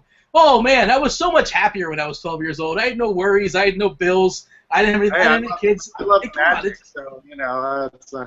What's that? Jordan was a better defensive player, I think. Oh, he's got 3. Jordan couldn't cover. He couldn't cover like power forwards. Stop it. No. I don't know if he's a better defensive player. LeBron's a more versatile defensive player. Yes, LeBron's a more versatile defensive player, but Jordan did win Defensive Player of the Year 3 times, and LeBron. That doesn't mean anything. These awards are nonsense for the most part. It's half his reputation. And but I'm going to throw that at you anyway, because what the hell? I'm not saying. Somebody's saying Miami bias. And how is it still Miami bias? Like he's not at Miami anymore. I'm sorry, he left. He lacks. There you go. He lacks in guts. There you go. There is a narrative for you. Let's keep the chat. Let's keep getting the chat fired up. Jeter is overrated. Now that's true. That part is true. I remember I said that like 7 or 8 years ago in a fantasy draft that Jeter was overrated. Everybody was like, "You are crazy," and I just was like, "He can't play D." I mean, that's a big part of short. He's shortstop. It's the most important defensive position, and he can't play D. And it's like he won Gold Gloves. It's like Gold Gloves are the worst award. Yeah. They use no metrics. It's all narrative on that one. It's like, don't get me started on that. But I tweeted out. Derek Jeter and Alex Rodriguez have virtually identical like OPS and slugging in the playoffs. One guy's the greatest playoff player of all time. One guy was the worst. You tell me. You figure that out for me. But okay, that's narratives for you. But Jeter did it in the clutch and when it mattered. No, not necessarily. Not always. He didn't always get the game-winning hit. Jeter was fine. He was a fine player. But he did. Steve? Yes. You know, the casting agents that are watching that are looking for that affable best friend, you're Uh-oh. I'm like the curmudgeon neighbor now? I know, he's showing range. He's showing range. Maybe I need to go back to my British voice to calm you down. These are the things that drive me. Because the guy that said, what was it, guts? LeBron lacks guts. I don't know what that means. Explain that. I don't know. I think LeBron's got more guts than people give him credit for. But I mean, LeBron has had moments where he's kind of vanished in games. I Kobe's been guilty of that too. I've definitely seen Kobe do the okay, you guys don't want me to shoot. I'm just going to stand in the corner the rest of the game kind of thing. But I mean, narratively speaking, Jordan, you never saw him. Jordan could be playing the Vancouver Grizzlies on a Tuesday night without TV watching, and he'd still want to kick the team's ass. I think that's the general narrative argument there. So. I guess. I don't know. Yeah. But they're both great players. But and it's No. you can't compare eras and all that kind of stuff. Well, basketball, you certainly can't do it, especially with the, Will Chamberlain. I don't know how you compare Will Chamberlain to guys today because Will Chamberlain didn't play against guys like Will the guys Chamberlain never had to face anybody near. I mean, it was like Will Chamberlain to his NBA was like Shaq the first year he came in. It was just, and Shaq didn't live up to his ability, but Shaq physically could dominate every person on the court. He just didn't always want to, So it's like Shaq should have been the greatest player of all time. He just didn't. He didn't give a shit. So he was good enough. He was also Shaq got it. What he was. Yeah. Shaq got it where he's like, this regular season doesn't mean anything, right? Can we be honest about this? This means nothing. Okay, I'm just gonna chill for the next 40 games. Wake me up when something actually matters. Yeah. Well. I mean, he should have worked on his free throw shooting too, but well, maybe he did. Supposedly he did. Allegedly he did. Free throws to me have always been about work. It's just finding that comfortable thing and just then do, and then repetition. Yeah. Yeah, and I think after 10, 15 years he should have found it at some point because even a lot of the Karl Malone was a bad free throw shooter. And then he figured it out. You start mumbling to yourself before you shoot. Yeah. That's what he did. I used to say things before I free throw. Did we ever learn what Karl Malone ever said, when he mumbled to himself, or we have no idea? Going to buy me a big truck. Karl Malone's a big truck. 18-wheeler. I make these free throws, I get a new truck. Something like that. Yeah. Maybe. I don't know. I know he was big into his trucks. I know that is I can confirm that much. Yes, he loves driving around 18-wheelers. I'm not always the biggest Jimmy Kimmel fan. I will give him credit when he used to do Karl Malone. Karl Malone says. Yeah, he is Karl Malone. I mean, I like Jimmy Kimmel actually, but it's like. Yeah, how do you not like Kimmel? Kimmel's great. I like Kimmel. It's just that was one of his funnier things. That's all I'm saying. So it's like. I think Kimmel's better than Fallon. I think Fallon's overrated, but I'm fine with Fallon, but Kimmel's my guy. Yeah. Well, he used to be the sports guy here in LA for K-Rock radio in the morning show. So if you look at the people that have been in and out of that station, it's like they had him, they had Carson Daly, Adam Carolla, and they had my high school classmate Carson Daly. Oh, you were a classmate with Carson Daly. He was 1 year younger than me, actually. He was 1 year younger, but I was in the same class with his sister. So yeah. I mean, he was. I would never. If you had told me who's going to become the most famous person out of all these people, I would not have put Carson Daly as the choice. But you didn't see it happening. He's affable enough. We'll go with affable. He's affable. He's not jolly, but he's certainly affable. I don't know why they think he could host a talk show or anything like that, but it's like he just seems. I guess at 1:30 in the morning, nobody's watching anyway. So that show has been on for 15 years, and I don't know who watches it. I mean, I guess it's it's NBC late night. Who cares? They only need a certain number of people to watch it. Yeah. And I'm not saying it's terrible. I have no idea. I might have ran into it once or twice, and he has a random music guest or something like that. But it's one of those shows that are still on, and you have no idea how it's still on, why it's still on, or anybody who watches it. Technically, you only need about 18 people to watch it to make a profit. And I'm sure if you just take late night security guards into the equation, then you probably make it. So all their commercials are geared toward late night security guards. It's for pep pills and stuff like that. I'm sure. Somebody in chat is saying that Sidney Crosby looks like CSU Ram. Do you confirm that? Deny that? What do you think? A little, a little. Oh, but Kaepernick's running. Kaepernick runs far. Runs about Kaepernick? 20-some yards. But Oh, and Al Smizzle looks like Tony Stewart. I disagree with that one. But I have an Al Smizzle doppelganger, but I feel like it's insulting. So I won't share it. I don't think. Maybe I'll share it one day, but. Come on, you got to give it to me. I'm forgetting his name right now, but the image is in my head. He's a basketball player, and it'll come to me. Give me a second. Marko Jaric? No. No, I'm gonna Google. I know exactly what team he's on. I got his first name. Now the last name has not popped up in my head yet. He's a foreigner, but it's a very. I'll put it in the chat. I pulled up Sidney Crosby. I know kind of what it looked like, but now I'm taking a closer look. From a certain image, from a certain angle, I don't disagree with this, especially this one picture. It's not completely off. No. It's not a terrible call. I'm gonna put it in chat and see what chat thinks. But I mean, it must. I have to think it's Pete, but why he doesn't appear in the commercials? I mean, it seems kind of unusual. He's dreamy. No, he's dreamy. He's photogenic. He's personable. He's affable. He's definitely affable. Yeah, not jolly. He's everything else. He showed up to the filming wasted one day, and they just said, "Screw it, we're using a puppet."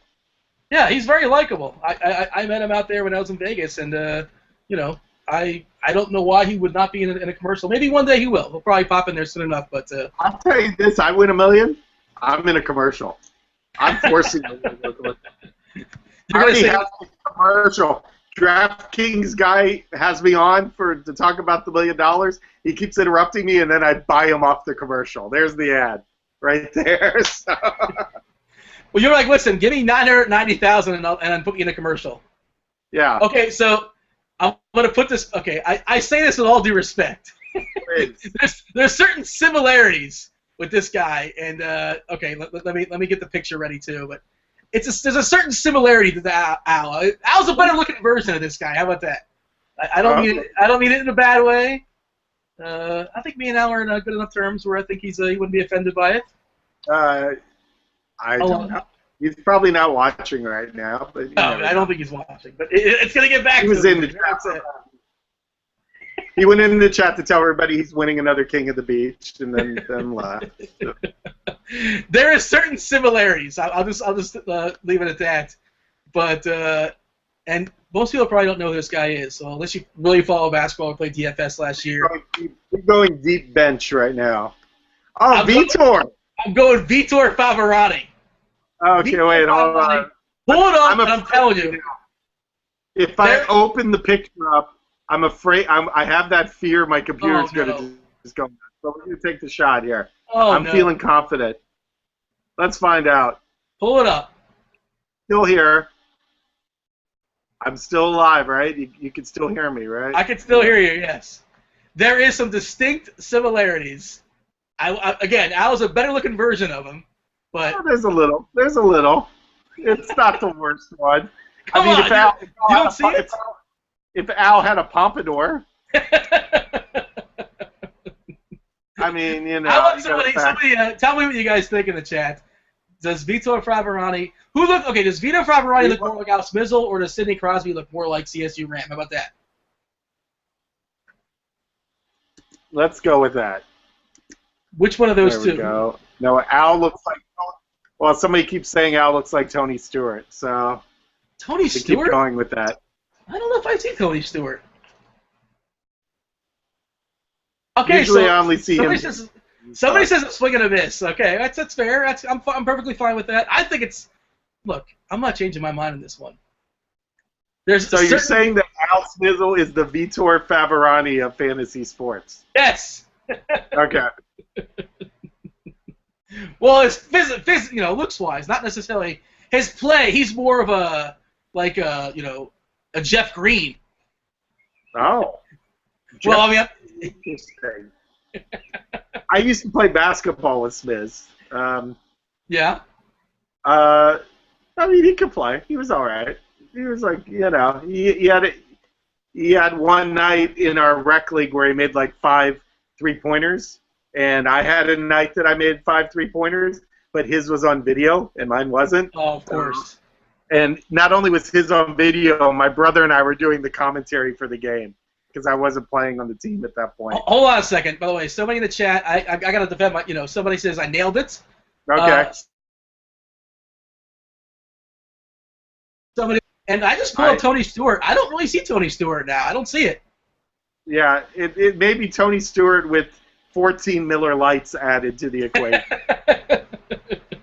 Maybe that, Maybe CSU if he was like road raging or something. I don't see it. By the way, I have to say, we actually have a competitive football game tonight on Monday Night Football.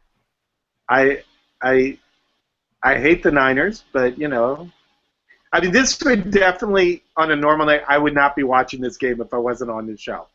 If it was just, sitting around the house, if you want to watch the game, this would not be on my TV. What would you be watching instead? Oh, God. Well, Daily Show comes on at 8 o'clock for me here, so that would definitely be on. But before that, it's a good question. South Park's on right now. Might be watching South Park. Might be watching one of the news shows. I actually do watch some of the news shows on occasion. So, I mean, I watch, I'm one of those liberal guys, so I end up watching, Oh, you damn liberals in California. Yeah, I know. Oh, there's a touchdown pass to Anquan Bolden. Was a flag down. I'm not sure what's going on. Who's that on? I'm sensing it was on St. Louis, so we have a lead for the San Francisco 49ers. But body language is saying it's on. Oh, holding on St. Louis. Okay. Yeah, so it looks like it's going to hold up as a touchdown for San Fran. There's nothing really on network TV now on Monday nights. I mean, I admit I did watch How I Met Your Mother. It's no longer on Monday nights, but that was mitigating circumstances for that. I knew somebody that was on the show, and after a while, you just want to see how it ended. And honestly, that's one of the worst endings in history. That TV show. I can't comment. I've seen one episode, and I did not like it, and I never saw it again. But who did you know on the show? Well, at the time, I knew Jason Segel when the show started. I like Jason Segel.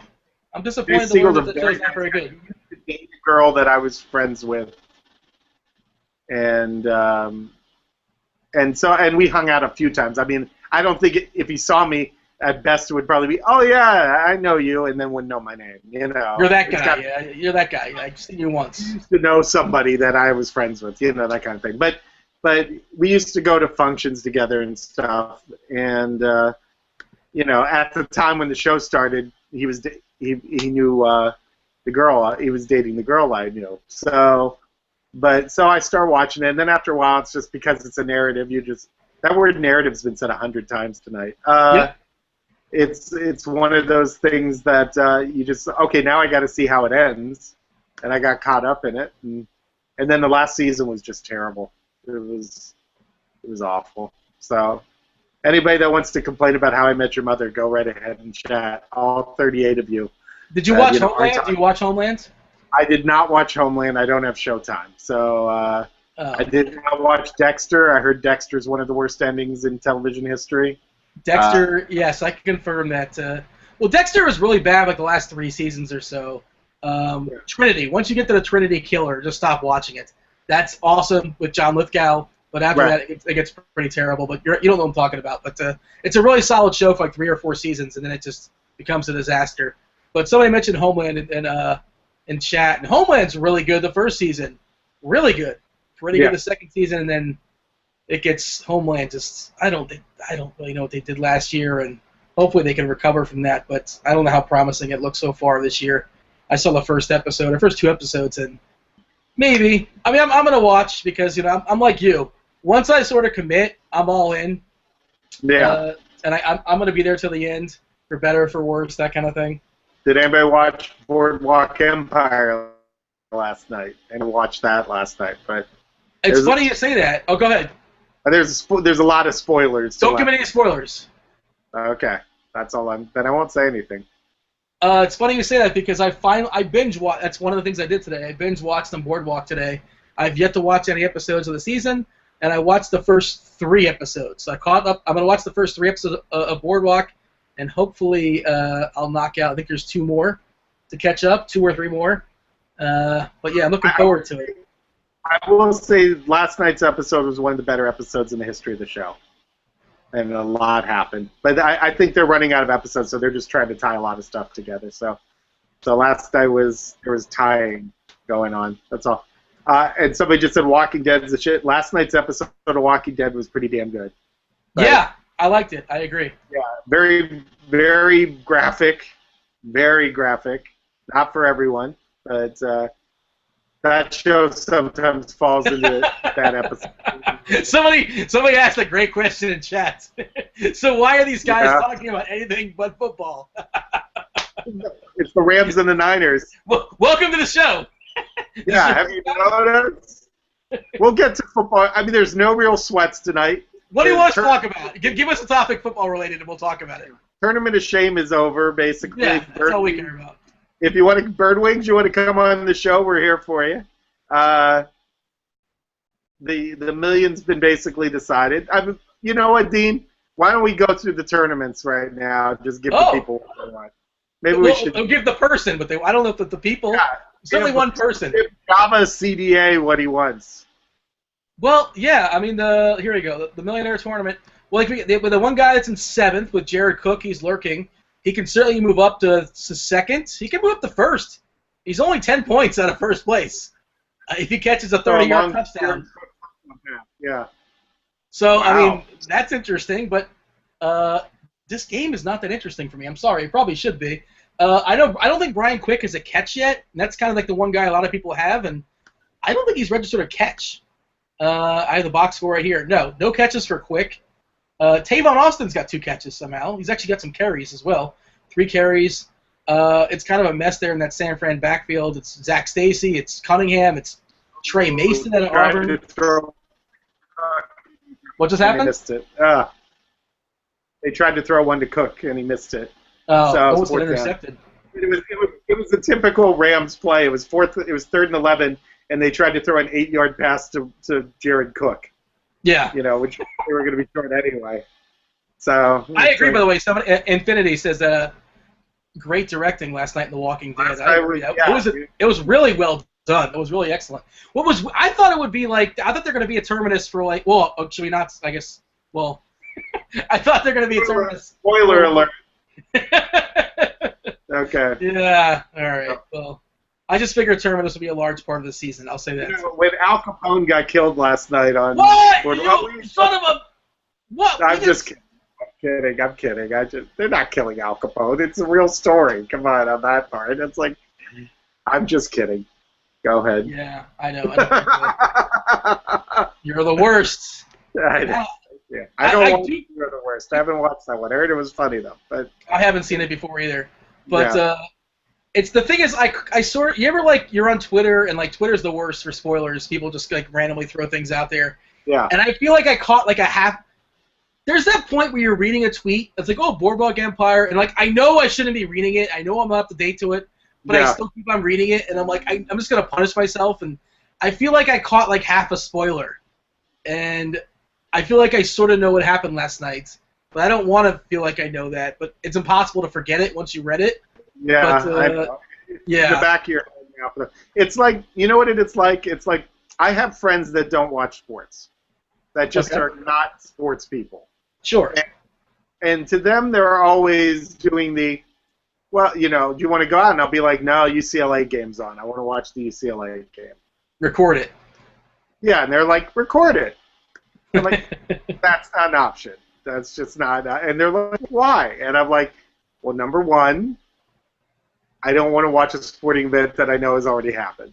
I mean, if I'm watching classic sports, that's one thing. But if I know I could just go on the internet and see it. And number two, I'm usually on the internet when I'm watching TV. So it's going to pop up on me somewhere, that somebody's going to say something on Facebook or Twitter or whatever. And, it's like, this is the sad thing. I remember this Rams team, and they all look old now. Yeah. God, They're all old people now. This is not good. Well, anyway. So Is that yeah, Tori- it's is that Isaac Bruce? big shows. It's like I can't. I put myself on lockdown for for Twitter and Facebook because I know somebody's going to say something. Like I can't believe so and so did this. It's like, damn it, that kind of thing. My attitude though is if you don't get to it by like 2 days after, it's your fault. Oh, 48 come on. hours. 2 days after. 48 Really? hours. So if Yeah. I don't see Boardwalk Empire in 2 days, you're gonna say, "Hey, Dean, so and so got killed. Your fault." No. I'm not going to consciously ruin it for you. I'm just saying if somehow I made a comment, let's say Boardwalk Empire, that about it like 2 to 3 days after the show, I don't want anybody complaining and be like, dude, why'd you do that? Now, usually I'm not the type to do that, so it doesn't matter. It's moot. But, like, catch up. So tell me this. Okay, so it's 2 days for a TV show. I bet the rules are different for a movie, right? Yeah, well, like, I didn't want anybody I saw Gone Girl on Friday night. I haven't seen it. Okay, How was it? and I did not want anybody telling me anything because I didn't read the book. So I knew there was some surprise. It's good. It's a good movie. I mean, it's not a date movie. It is not a date movie. Do not, if you have a first date, do not bring her to go see Gone Girl. It's just going to give her ideas. You don't want her to have those ideas. But it's Fincher. It's well done. I mean, it's definitely well done, and the twists are pretty effed up. So, but Okay, but at what point would you freely give? At what I point try would you not freely give to a ever- conversation, a spoiler, to Gone Girl? 6 months down the road? 4 months? 3 days? Pretty much, if it's out of the theaters, I think you're free. So 8 to 10 weeks. Ugh, yeah. I don't usually tell people things like that anyway. I'm not. I mean, it's like if you see me mention something like the ending of this movie was this, it's usually a movie that's 10 or 20 years old. I usually just don't do it, But I mean, this just in Rosebud was a sled. Oh no! Well, what are you doing to the people? It's only been like 70 years. I know, yeah, But hey, and also Joe Watson has turned $50 into 30. That you can spoil. That's fine. That's okay. I know. I just want to say, Joey Watts. Joey Watts to his closest friends. Yeah, you know what? I think he thinks New York pizza is the best. The funny thing though is it's like, okay, if New York pizza is not the best, then I'm not experienced on this. I haven't had much New York pizza unless I've had the LA version of New York pizza, which doesn't count.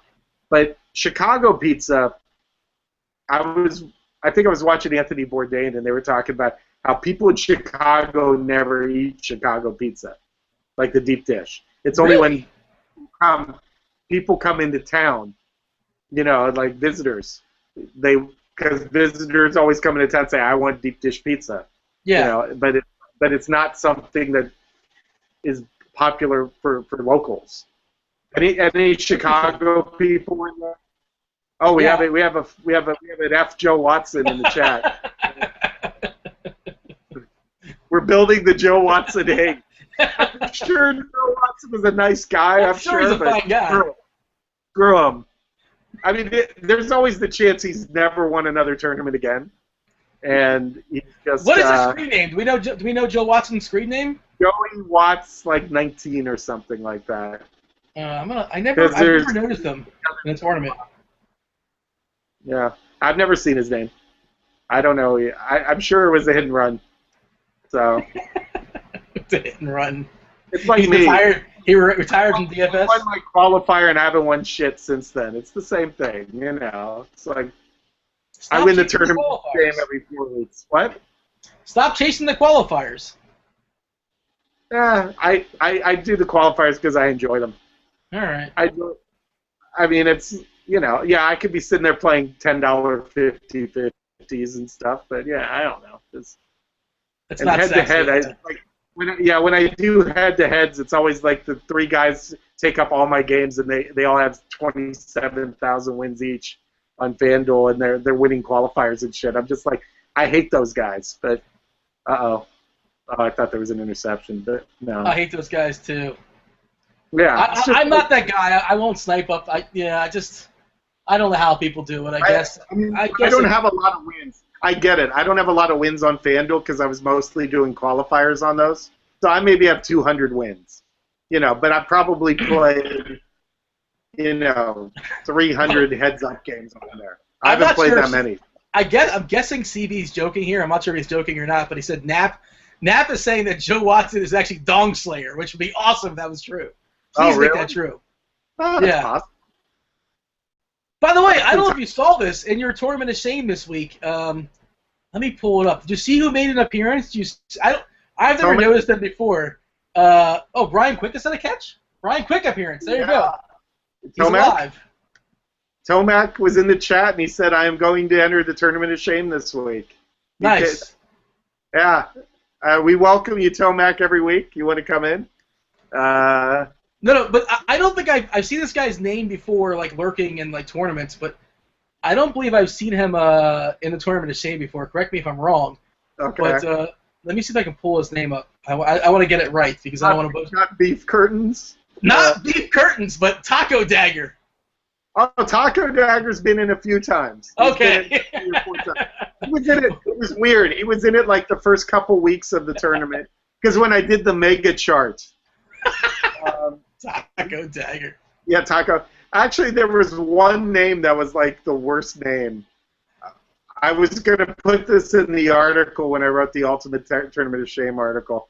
I'm afraid to open my computer up right now because I'm sure what will happen is I'll open it and then my computer will crash again.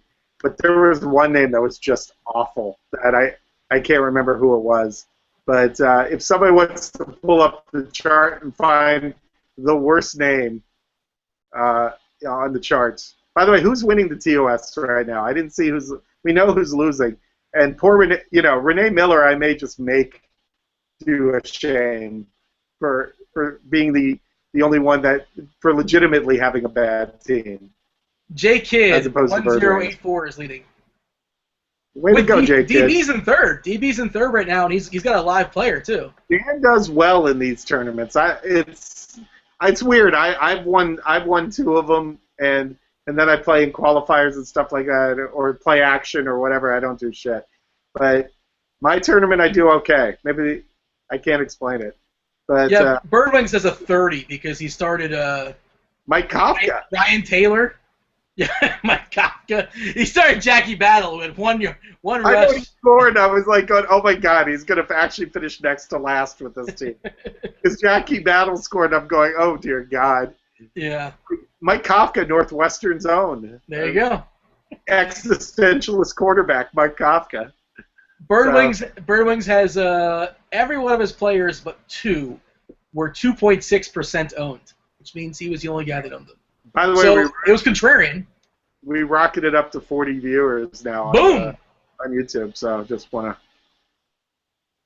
So you think you can't make Renee do something? Well, she said she wouldn't do it. She wasn't aware of it. Yeah. She wouldn't do this. Renee, if you're watching, and you're probably not, you're probably doing your own show at the moment, but if you lose, you are going to do the shame. Which reminds me, RMT Hawk, you owe me a shame. And I know you're in the chat there somewhere. You did the first one, and you did it tremendously. Let's make that clear. Your torture seller song, Scott Stapp song, was brilliant. But you owe me a dance, and Ice Hole 6 wherever you are, I don't know, or Ice Hole 3 or whatever name. I think he's like Ice Hole 3 on DraftKings, but he's Ice Hole 6 on Roto Grinders. He's not fooling anybody, Ice Hole. We're on to you. Yeah, we broke your Da Vinci Code there. By the way, we have a question. Question in the chat. Let's answer Java's question. Question from a newbie. When you start out, is it better to play 50-50 or head-to-head? GPP can be a needle in a haystack, and I'm trying to better my research. Best place to start out is a large field 50-50 tournament. There you go. CB answered the question. He beat me to it. Because head-to-head, you don't know who you're getting. You might be getting, you might be getting Napster Man hitting up all the $1. Oh, yeah, he abuses that. I love you, Nap. I'm just kidding. But I'm kidding too. but I mean, as I said, it's like I don't have a lot of wins on my FanDuel because I didn't play a lot of head-to-heads. But then when I started playing 3 or 4 a day, the same people kept taking my games, and they were all monster players that have been doing it for 3 years. Sorry. 50. It's okay. No, 50, it wasn't 50. me. I'm kidding. I know it wasn't you. Yeah, it's your secret name. But D78926. Da Vinci yeah, Code. no, yeah, Da Vinci Code that. Yeah, it's but yeah, 50-50s are the best way. And if I was being smarter with my money, and I'd be doing more 50-50s. And I think it was Al was telling me it should be like 60% of your money. It might be more actually. Should be in 50-50s and head-to-heads. But if you're a beginner, go 50-50. Like the world's biggest 50-50. Yeah. Good one. Well, the problem with the world's biggest one is it's multi-entry, and you might get a bunch of guys that are putting in really good lineups 50 times. So that sort of confuses things a little bit. So I would say the biggest field you can find that's single entry. How about that? That's an excellent point. This is why they pay Dean the extra $12 an hour that he gets over the rest of us. At least. Yeah, absolutely. Wait, RMT Hawk's putting up his FanDuel tournament, but he's not putting up the dance. Well, something's wrong with that. What's going on there? I'm going to bring on RMT puts up his FanDuel, but no dance. Okay. All right, Hawk. We're on to you. Doug Fister's in the chat, by the way, and thanks for the Doug compliment. Fister. Yeah. Doug. This show is way more entertaining than the game. Doug, we love you. Doug had like a brief moment of glory on Twitter. Oh, things Doug Fister invented? Yes, and it was a great time. And Doug It was all in good fun. It was. We all like Doug, so Yeah. it was a good fun. But that was a high point of Twitter, I think, right there. That little Follow Doug on Twister. It's on Twitter. Yeah, you can play Twister with Doug Fister too if you want. I don't. Be my guest. But, yeah. He's got a pretty fierce beard too, by the way, which I think beards are very prominent in this industry. The correlation of like DFS and beards is a little more skewed than you would think. We got Stevie. We got Gaby. We got Gaby, of course. Gaby has a major beard. We got well, Furious doesn't really have a beard, does he? Furious kind of has. I don't think he's got a beard. Yeah. But I would watch a show with Furious, Doug Fister, Gaby, and Stevie. All the beards. Yeah, sure. Why not? I'll send like a panel show. Duckie, why is your video so choppy and laggy? Shelly, you haven't been in this show for a while, have you? This is the best it's getting. I can't figure it out. I don't know what the hell's going on. So, some reason yeah, I know. This is the best it's been. I was knocked out for 5 times in the first hour. I don't know if it's just maybe there's some peak hour thing on my, my neighborhood around 6 to 7. I don't know, and it's just chopping it up or what. I have no idea. But I guess yeah, Hawk is at some sort of Hawk's in a sweat right now. Let's see what I'm going to pull it up and see what he's actually in. Oh, he did say he'll get around to it, Duckie. He said he will get to the dance. I'm sure he will. He did the first one. He came through. So. By the way, a lot of at the back end, it was Birdwings, Renee Miller, EMAC was right there, Bills fan, and then you. So it was a really interesting. If it wasn't for Birdwings, it would have been a really interesting sweat for the TOS this week. I would have loved to have seen Renee Miller yell, get some cold cuts, but... Oh, so yeah, I brought this up with Dan, but you weren't around. I found a flaw in that commercial. There's an editing flaw, there's a mistake. Correct me if I'm wrong here, right? No, you're about... I've noticed this one, but you go ahead and say it. Oh, you noticed it too? Well, okay. That they say number... Why doesn't his number match the number on the... when they announce the food? No, not that. No, she says number 44, and he gets all excited, and he starts talking about cold cuts. She just calls his number, right? He gets his number called, and then he starts dancing. He does the Icky Shuffle, and he starts dancing about cold cuts and slams his cold cuts down. Where did he get the cold cuts from? His number was just called. Yeah, I did notice that too. I was wondering what he was slamming down. Yes. He's already got the cold cuts. Did he come back? Did he like walk around? Pick up some some apple juice. And he said, "Oh, you know what? I forgot some roast beef." You know how sometimes, Ducky, why does your room remind me of Rosemary's Baby's house? Because of Andy Warhol luring behind me. Maybe that's it. Maybe sometimes when I go to the deli or the grocery store and I pick up sandwich meat, sometimes like bologna, I'll buy the Oscar Mayer or Hebrew National. What? I like a little bologna.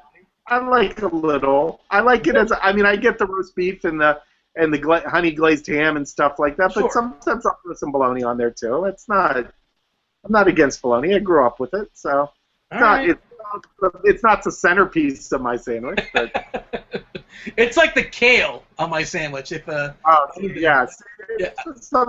like the saltiness of it. It adds just a little something to it. That's all. But any CFB advice for Tuesday, Thursday? I don't have any. Sorry. Dan, I think Dan mentioned Dan's got the podcast. He's all excited. He's one of our college football guys, obviously. And if you listen to Dan's podcast tomorrow, I would assume he's going to drop a couple guys your way for the Tuesday, Thursday slate. So there's a plug for Dan's podcast tomorrow. And if you're not watching Dan Bach's podcast, you want to finish this? You're just going to lose. There you go. There you go.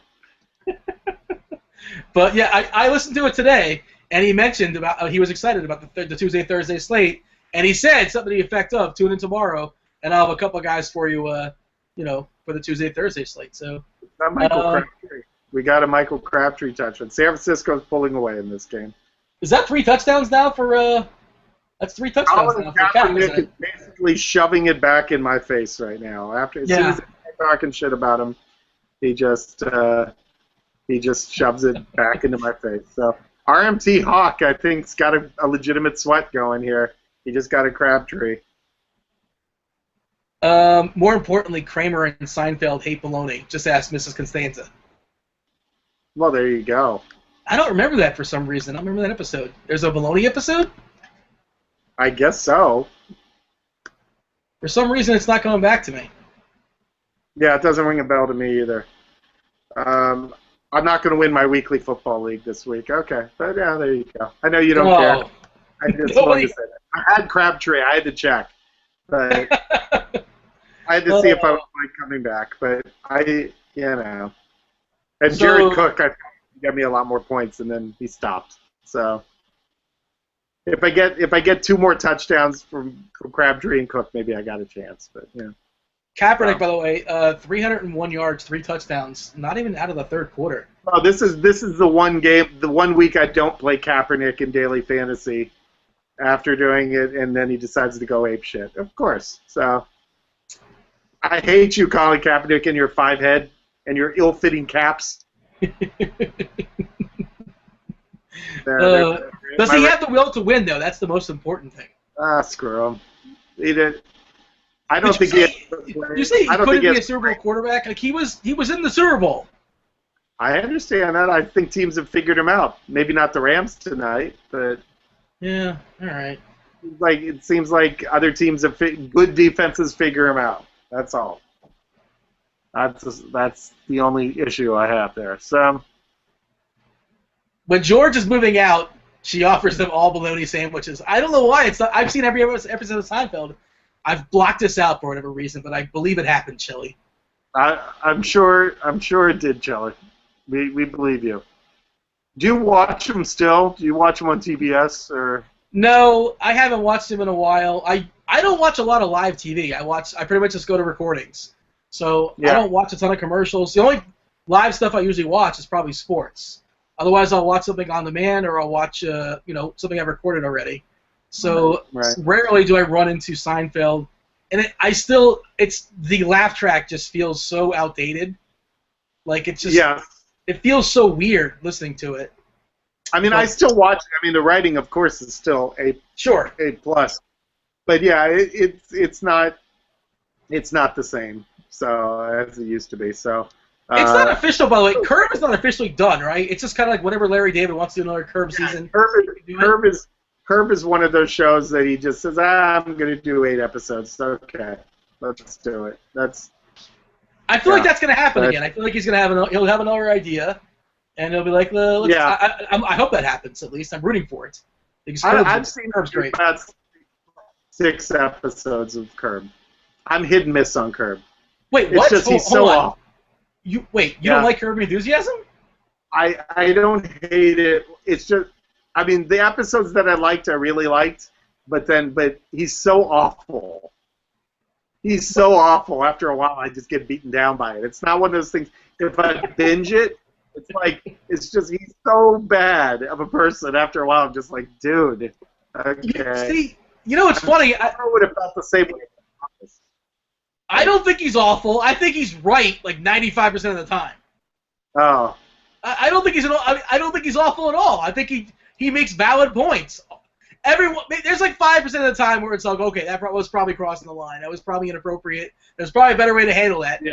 But for the most part, he's right. But maybe he doesn't go about the best way of showing he's right. We've learned a lot about you tonight. Well, Dean. I've had people say I'm like George Costanza. The character George Costanza was based off of Larry David, and I've had people compare me to him.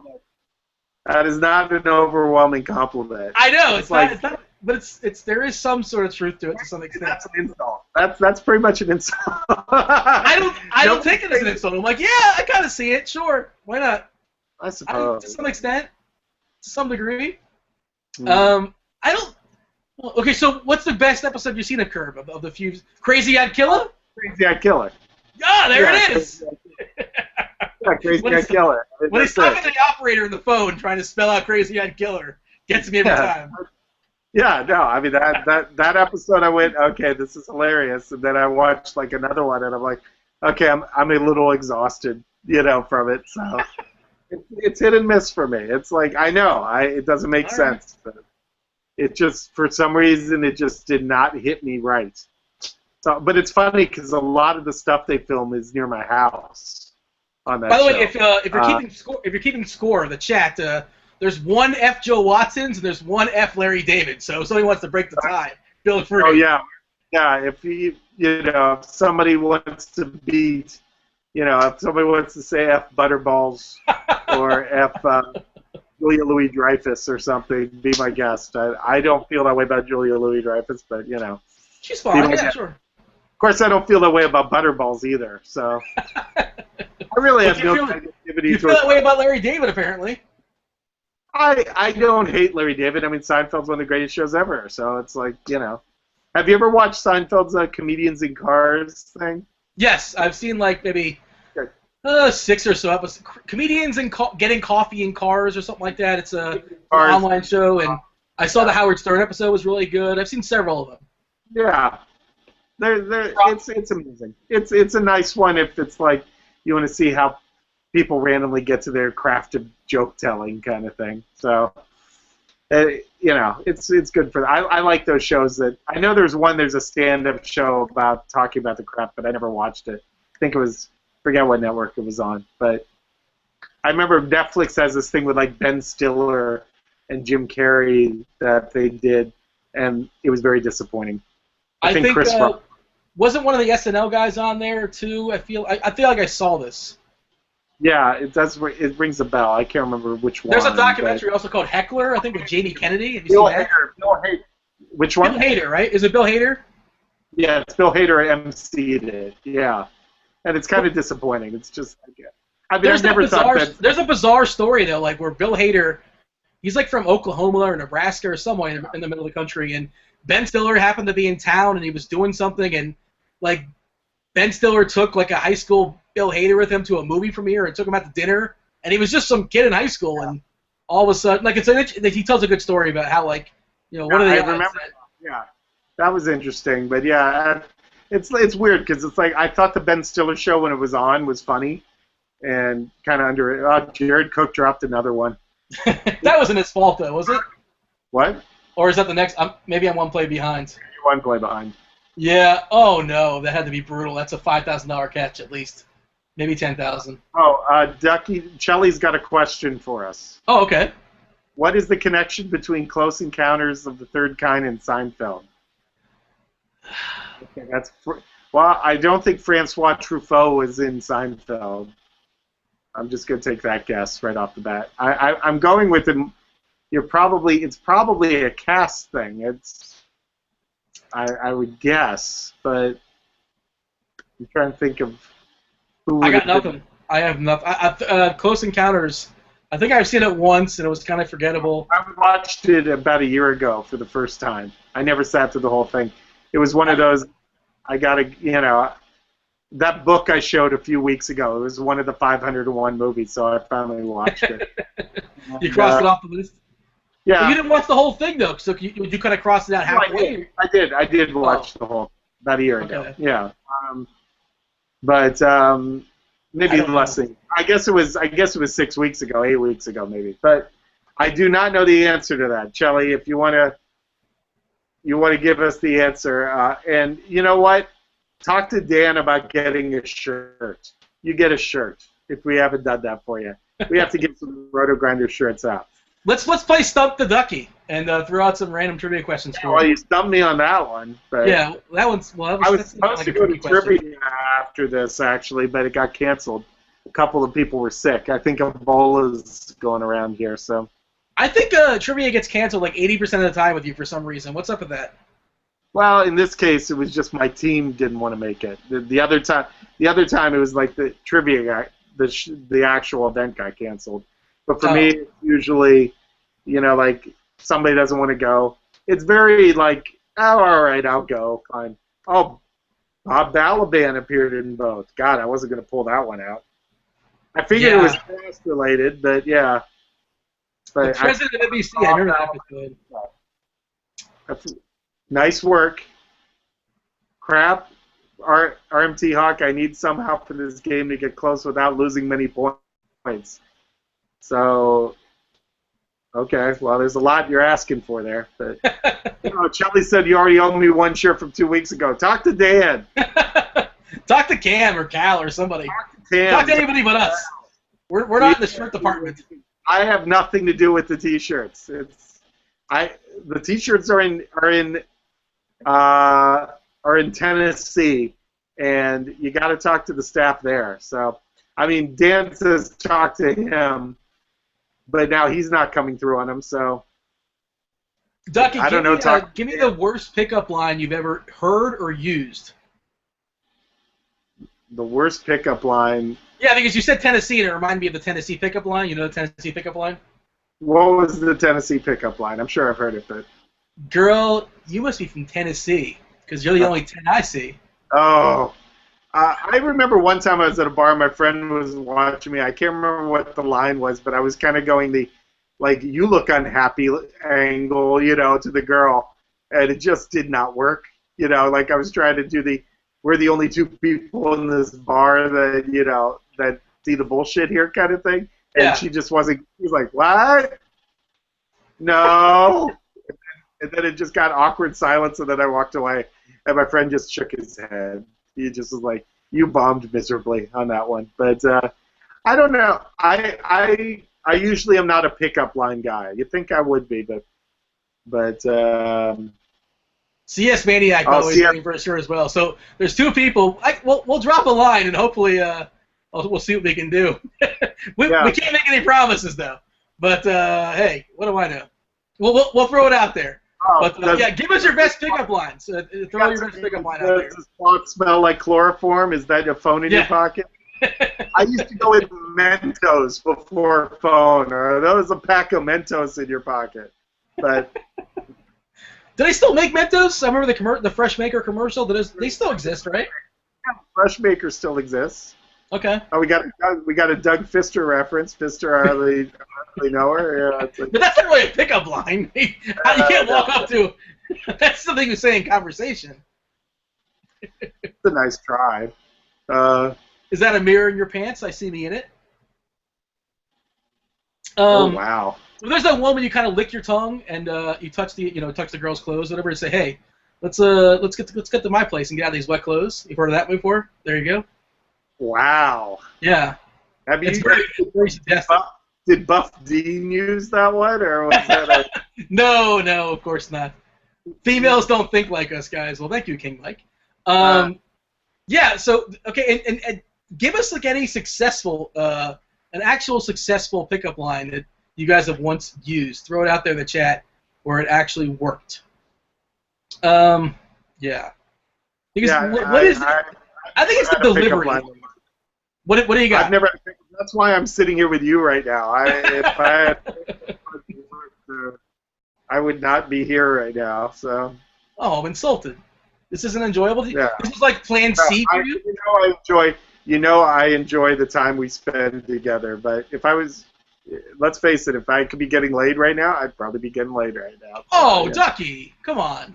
I'm just saying, you know. What, just anybody, or like the girl from the AT&T commercial? I mean, I'd understand that.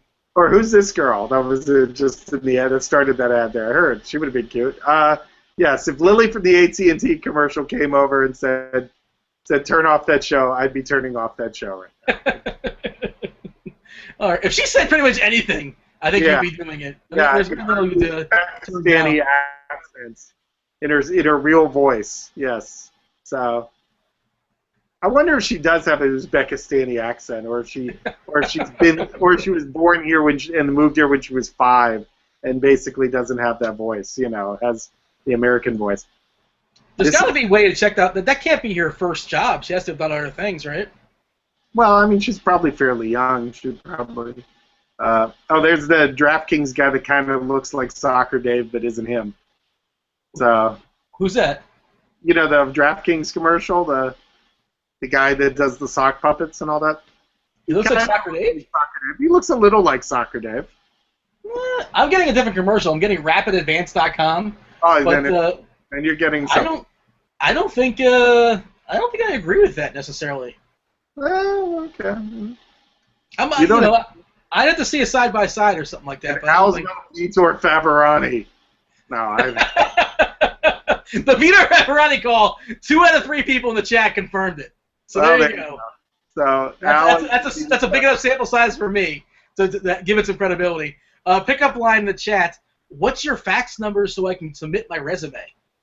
Okay. Wow. I don't think that holds up, but can you still? You have to update that pickup line, don't you? Do you have a Zach Morris phone when you're telling that one, or what? Are those space pants because you're out of this world?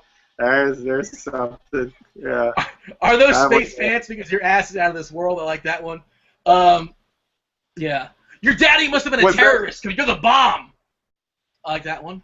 Oh, see, Shelley agrees with me. He is Soccer Dave, Duckie. See, there you go. So. Well, no, it's a different. No, he's talking about he's confused by what you're suggesting, I think. Shelley says that the guy looks like Soccer Dave. I'm sorry. That's not what he said. Shelley's right. Are you reading it? He's answering a question from a half hour ago. No, he's not. He's talking about the DraftKings guy looks like Soccer Dave. No, he's saying he is Soccer Dave. Well, he's not. Things. It isn't Soccer Dave. It's Soccer Dave minus about 4 to 8 meals. But no offense, Soccer Dave. How big are these meals? 4 to 8. They would have been the Tournament of Shame meals if Ice Hole ever shows up. So. And I'm not even going to talk about the comb over because Al covered that one. I saw. Okay, good. Yeah. Which is hilarious. You know, the funny thing is probably. I love Soccer Dave. It's all in good fun. Oh no, Soccer's a great guy. The most mentioned name in this entire show has been Steven Stamkos. With that. Why? I guess the Lightning are playing tonight, I imagine. I guess they're playing on the West Coast, too. Is he on the Lightning? I don't even remember. I just... he's the Lightning's best player, as far as I know. I'm still not believing there's hockey in Florida, so that's, but... Vinny LeCavalier is no longer on the Lightning, but... Wait, somebody said I got my ears lowered? What does that mean? It means you got a haircut. Oh, okay. Yeah! I got a haircut today, and I didn't really get enough of This Is Going Deep. I've got a haircut tomorrow coming up, so, but, no, really, it is Soccer Dave with makeup. Well, all right. I believe you. I It don't. could be. He's Soccer Dave-ish. Soccer Davish. Fair enough. You know, it's Let's talk about the hockey no. sweat everyone wants to talk about because Yeah, I know. Obviously, it seems like there's a lot of hockey going on. the game's over, by the way. They were at home. That was hours ago it ended because it was in Tampa. It probably started 7 or 7:30. It must have ended like at least an hour ago. The Lightning won 7-1.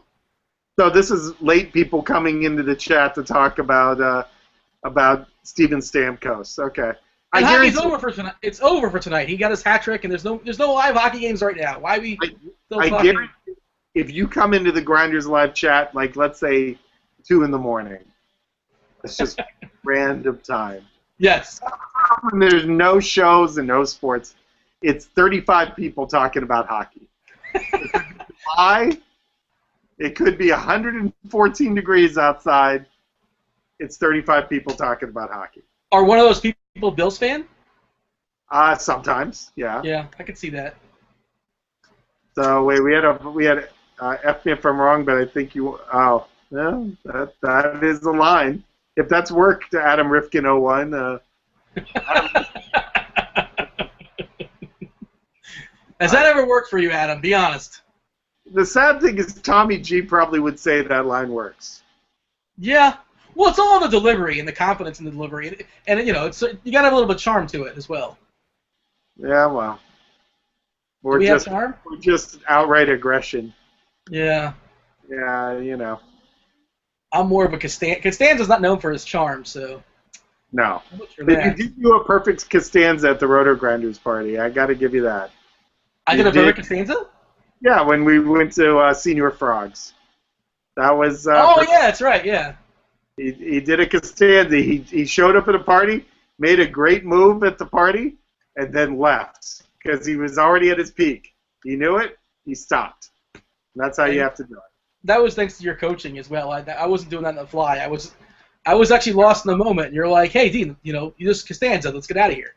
So there you go. I you get an assist. A few people that I coached Pepsi multiple times. Yeah. And I haven't heard from Pepsi in a while. Where's our boy Pepsi?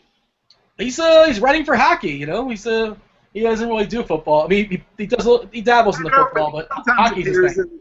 Sometimes appears in the chat. He showed up on the show that one night, did his dance moves for us. Yes, he did. By the way, do we have a shaming scheduled for this week? Are you going to unleash it in your article? I have not decided on the shaming this week, but I do welcome anyone that wants to throw out a possibility for the shaming. I have not made my mind up yet, but it's funny you mentioned Pepsi, by the way. I'm sorry, I don't mean to cut you off, but it's funny you mentioned Pepsi. On my Google Plus, I have a little message from him. It says, "I am working on some hockey research. I can come on Night Sweats later if you want. Duckie sent me an invite." Did you send him an invite? Because last time he said that you were. I think what happens is that whenever I put up the show, it just invites everybody that is in my Google Plus thing. No, there's a way to invite just specific people. I should remove them. I know. I just send it to everybody. So one of these days, somebody random from my Google chat come on the show and just be like, "Hello." Jason Siegel's going to make an appearance. I don't think it'll be Jason Siegel. As I said, I don't think Jason remembers me now. So, Barstool Prophet asked about Senior Frogs. Yes, there is a Senior Frogs in Vegas because Vegas has everything that is low and disgusting, I guess, still exists. So good on them. In Treasure Island. But, if you're making it's in Treasure Island. Yeah. And trust me, it was the only place that was hopping in Treasure Island that night. Treasure Island looked like I stayed in numerous places in Vegas, and I'm fairly certain I stayed in Treasure Island at some point. And I feel like I want to say I saw Mystere there like 10 years ago or something like that. Does that sound right?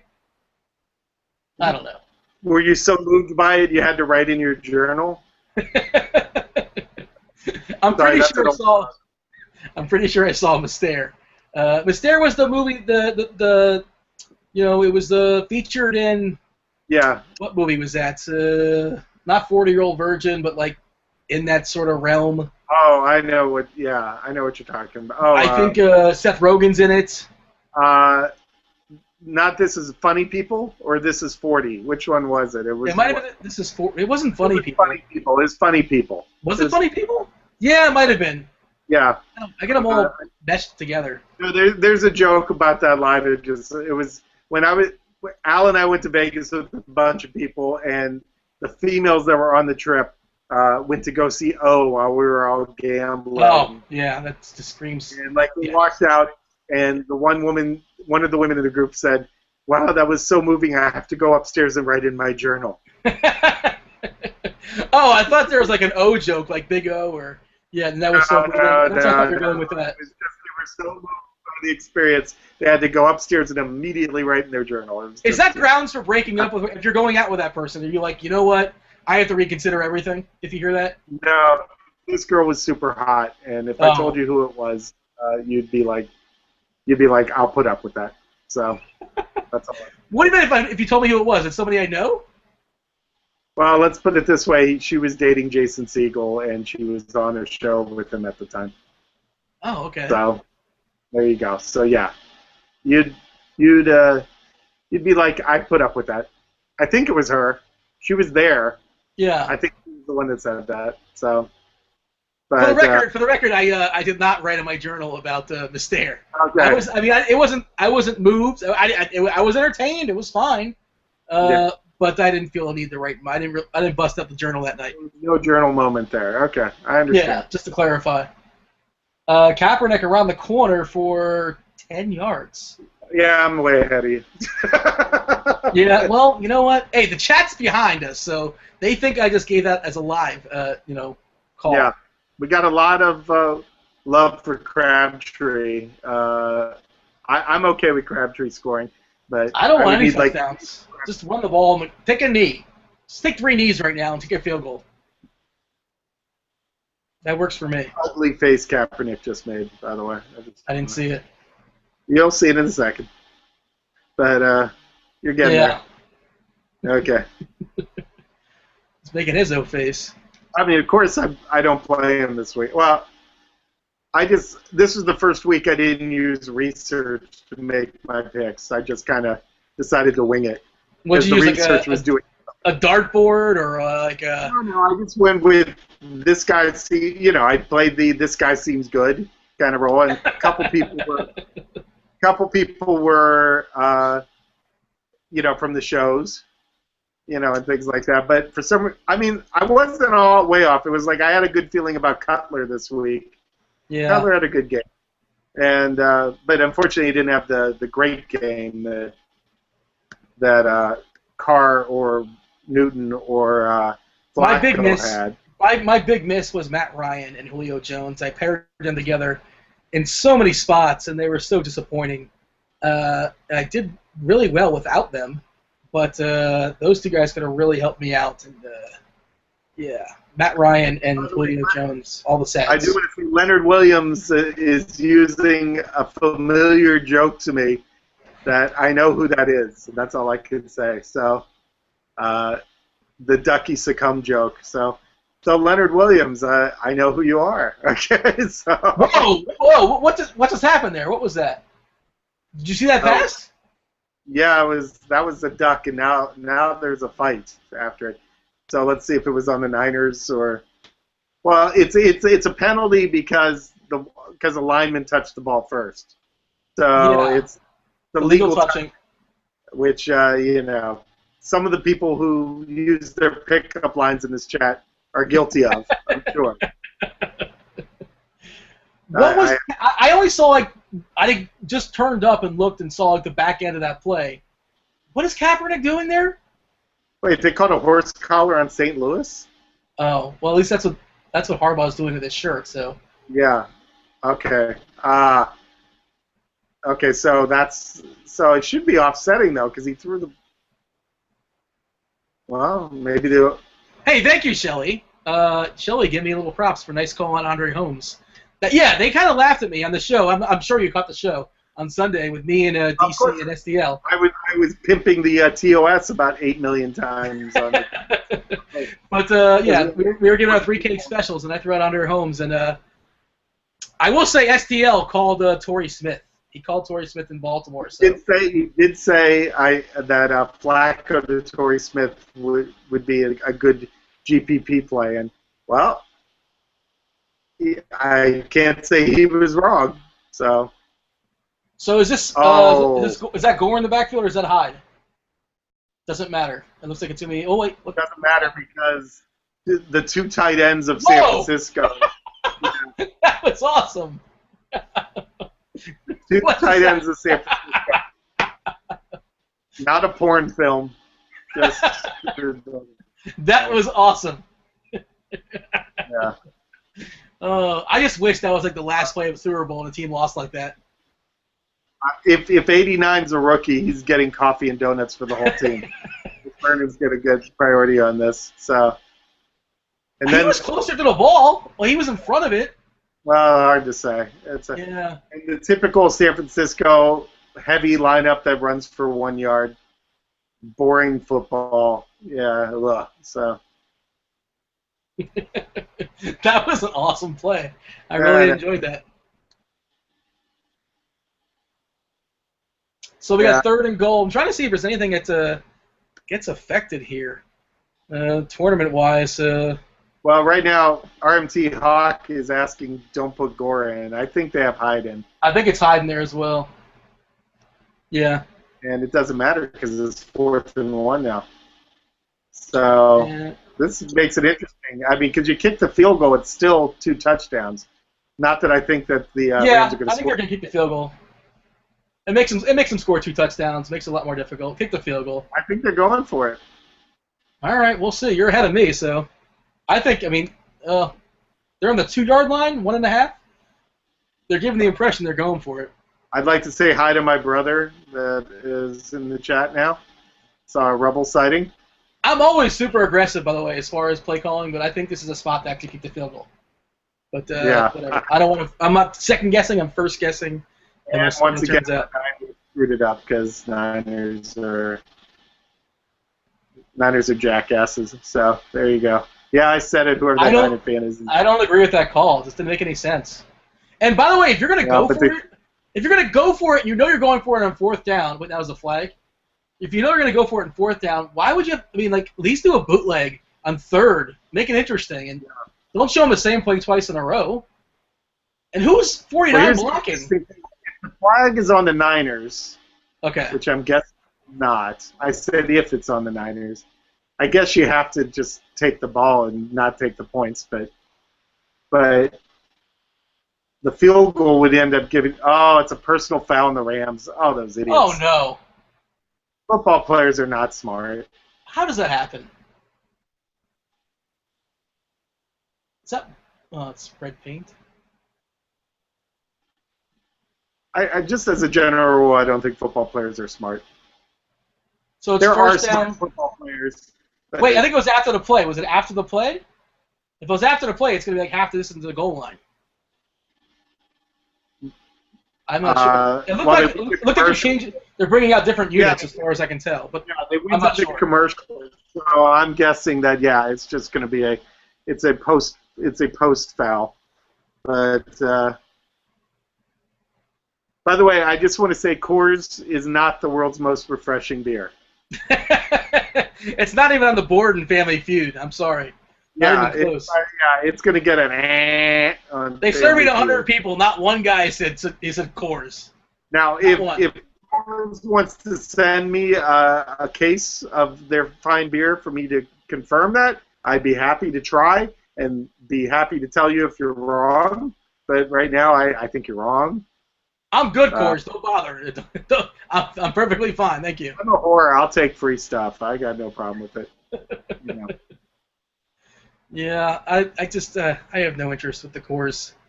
No, I know it's weird. There's a lot of people like in my hometown that drink Coors Light, and it's just like to me it's water.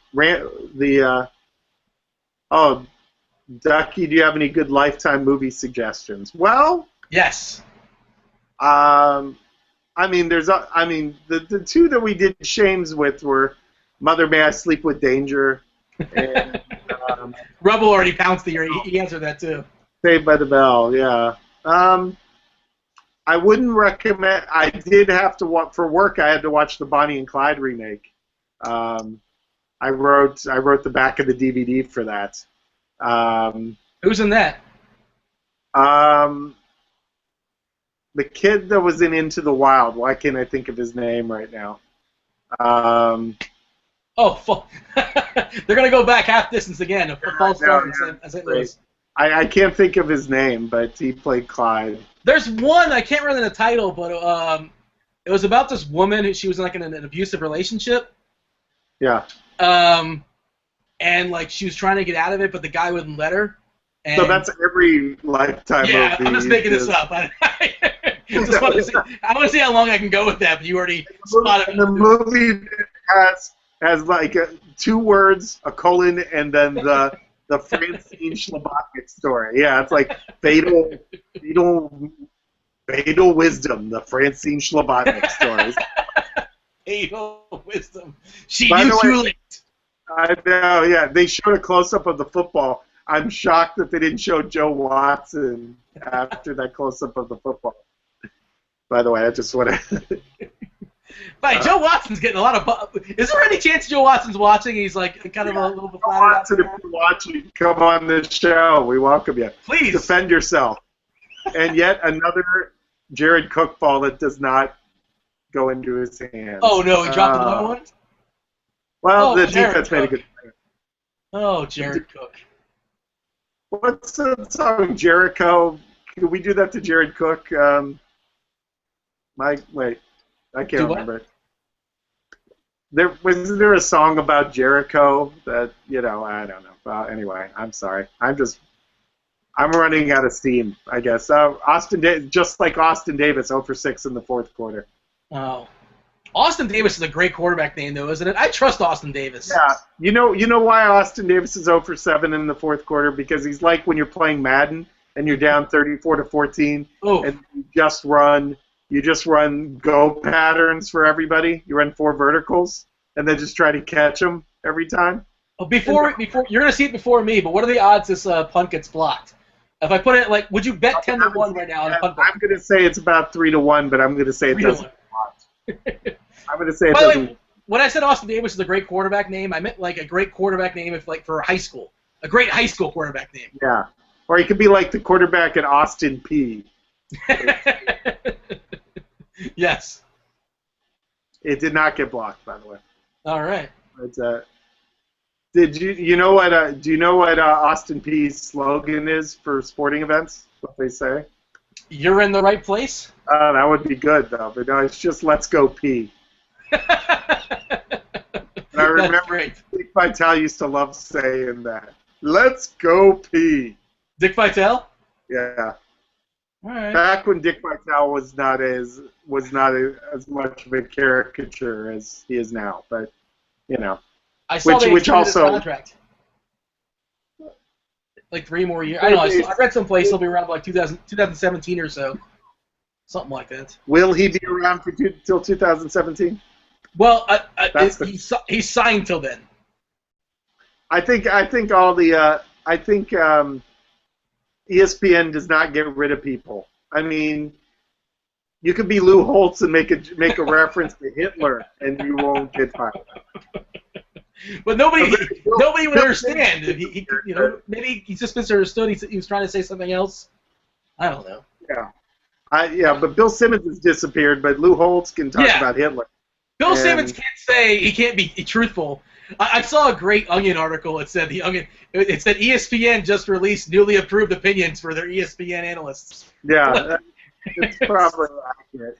Simmons is great. Free Simmons. I think he's finally back from suspension. Is his podcast? I love. Been back already. What's that? I thought he should have been back already. It was like 3 weeks, right? I think he's back now. But my favorite podcast, outside of the Dan Bach podcast, of course, is the Bill Simmons Cousin Saul podcast where they guess the lines for the week. Yeah. I do my best to avoid the lines until I hear that podcast, but I imagine that should be coming out at some point, if not already. Usually around Monday or Tuesday. I thought it was Mondays, and it wasn't up today. I admit this year I haven't really listened to it. I do, but I used to listen to it all the time. This year, though, I haven't. I don't know why. But I do listen to, probably because I don't go to the gym anymore, number one, and that takes away from podcast times. I've given up on going to the gym. Overrated, right? I just can't go to the gym. I don't, especially out here in LA, it's the worst. Because LA gym is just everybody's posing and shit. It's like, and it's not the people. There's agents lurking in the gym, I guess. Is that the idea? It's all about image here at the gym, and I just want to be like in my t-shirt and sweats, and on the treadmill. Everybody else is doing their, like trying to look all badass and shit like that. It's like, stop it. I got to move to a town where I'd look like one of the healthier people. Sheboygan. Go to Sheboygan. Yeah, maybe I got to move to Sheboygan and then go to the gym there, and everybody will be like, "Ooh, who's that? Who's this svelte young man?" Yeah, that's what I need. But LA, it's like I'm in the bottom 20% at the gym. I mean, there's a couple random people, that look worse than me, but usually I'm not in the top. Let's just put it that way. But that's the thing, is you got to get by that guy. Like you got to kind of by comparison. Yeah, I got to stand next to the guy that's complete mess every time I work out. That's really it. But it's hard in LA, and I belong to one of those boutique gyms that had that David Duchovny used to work out there. And when I was there. By the way, St. Louis is getting the ball back because San Fran went fourth down and it did not work out. Trap play on 4th and 1 that didn't work. Maybe a bootleg. I'm just saying. Maybe a bootleg with Kaepernick. Just throwing it out there. Maybe something other than Jim Harbaugh imposing his will on the best defensive line in football, arguably. Yeah, maybe. I don't know. Yeah. Don't know if it's the best. If Cook can catch like a 97-yard pass here, that'd be something. Well, that'd be really something from like the 30-yard line. Well, get a few penalties. The 40-yard line, whatever. Get a few penalties.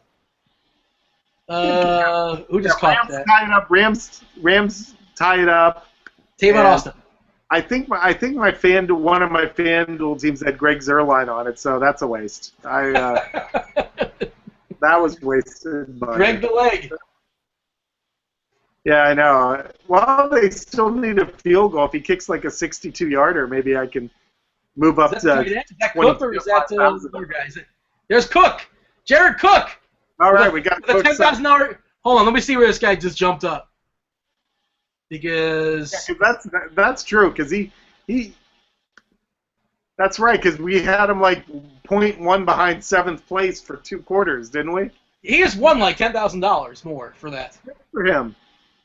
And, that could have been picked. All those wide rim Niner caps look stupid. There, I said it. All right. Bold statements today for Duckie. I'm really going out on a limb there. I want to see where this guy... I want Aaron Cook. I mean, I keep calling him Aaron Cook. Jared Cook. To get another catch. So I think that's not Jared Cook. Oh, the Rams have found some life here. This is officially life.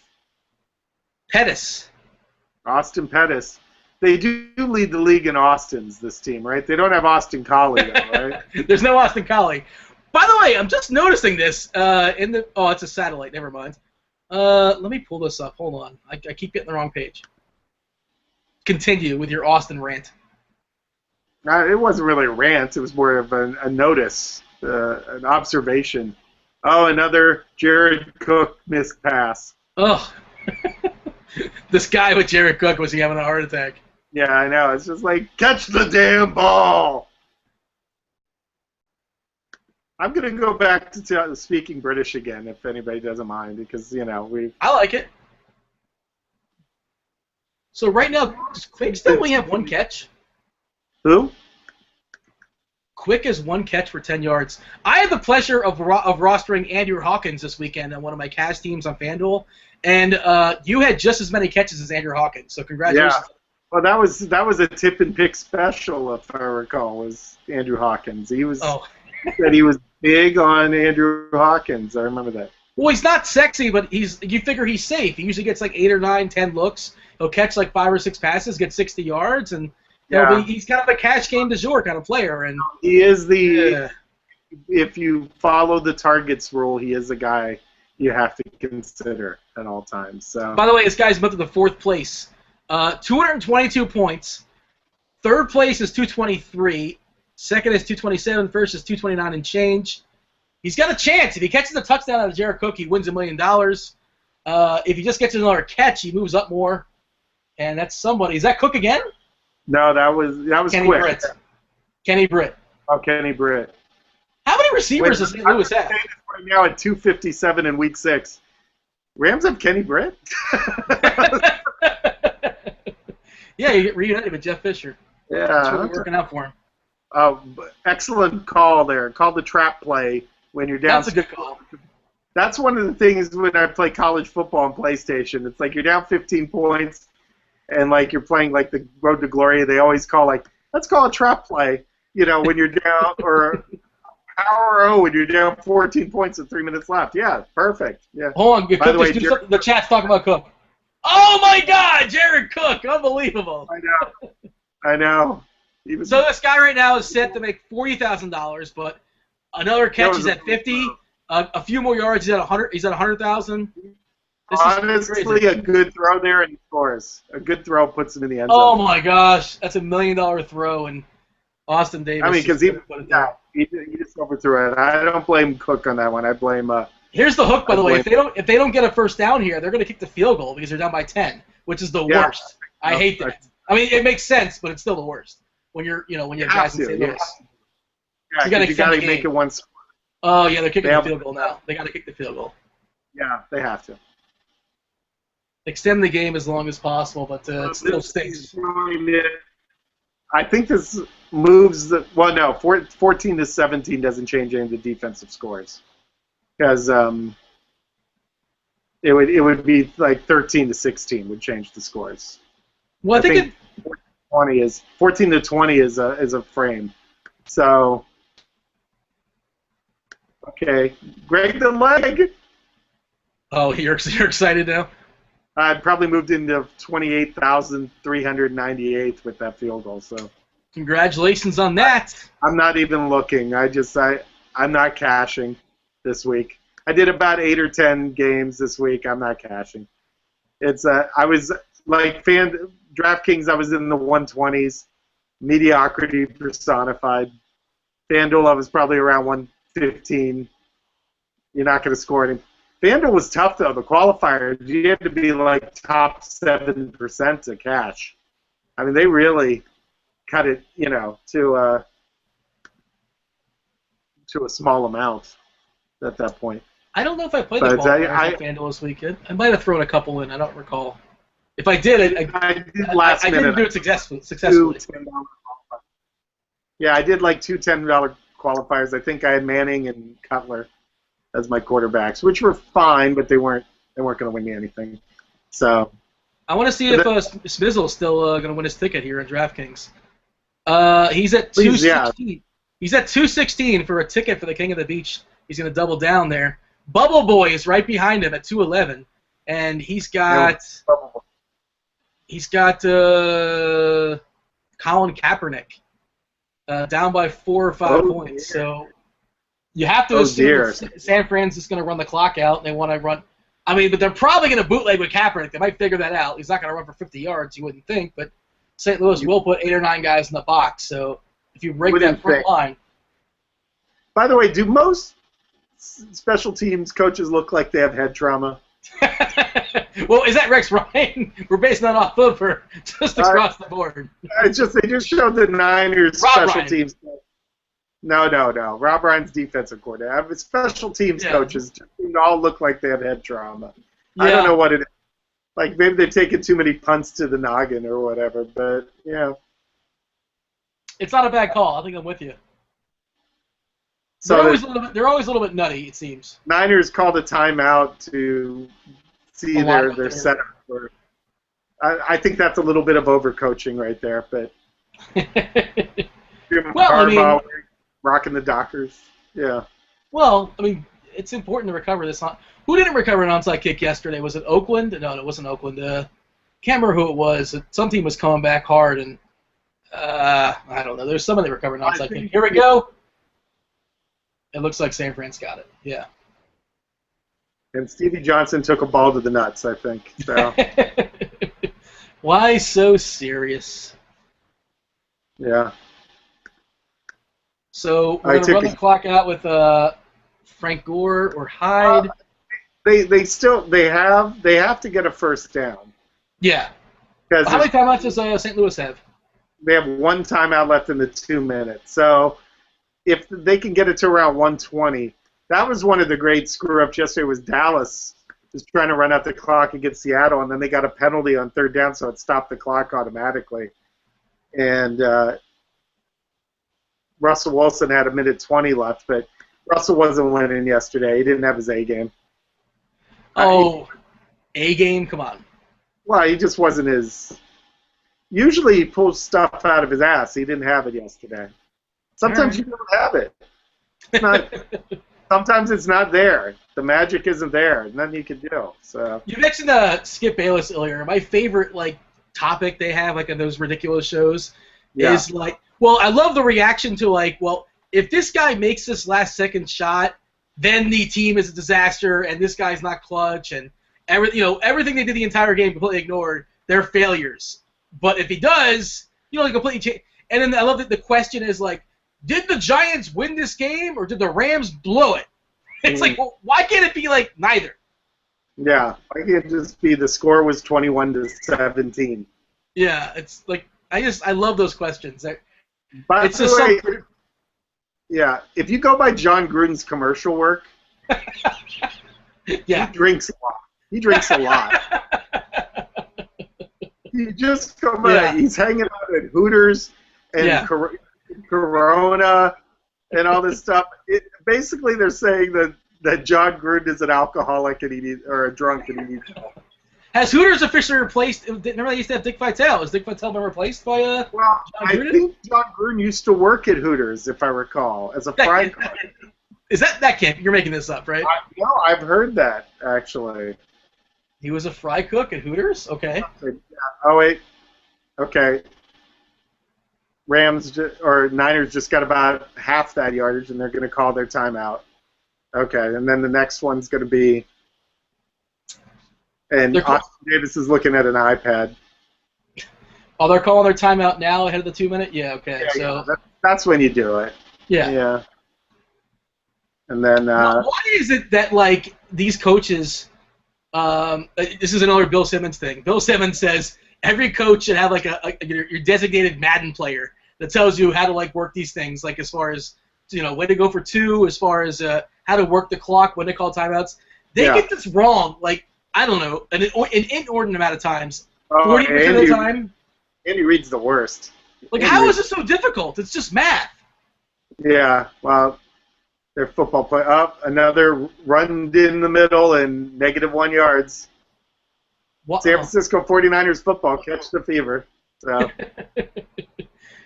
This play, it's not working. Why? I don't understand why they're not running Kaepernick and putting. Well, whatever. I don't get it. I have no stake in it. They're imposing their will.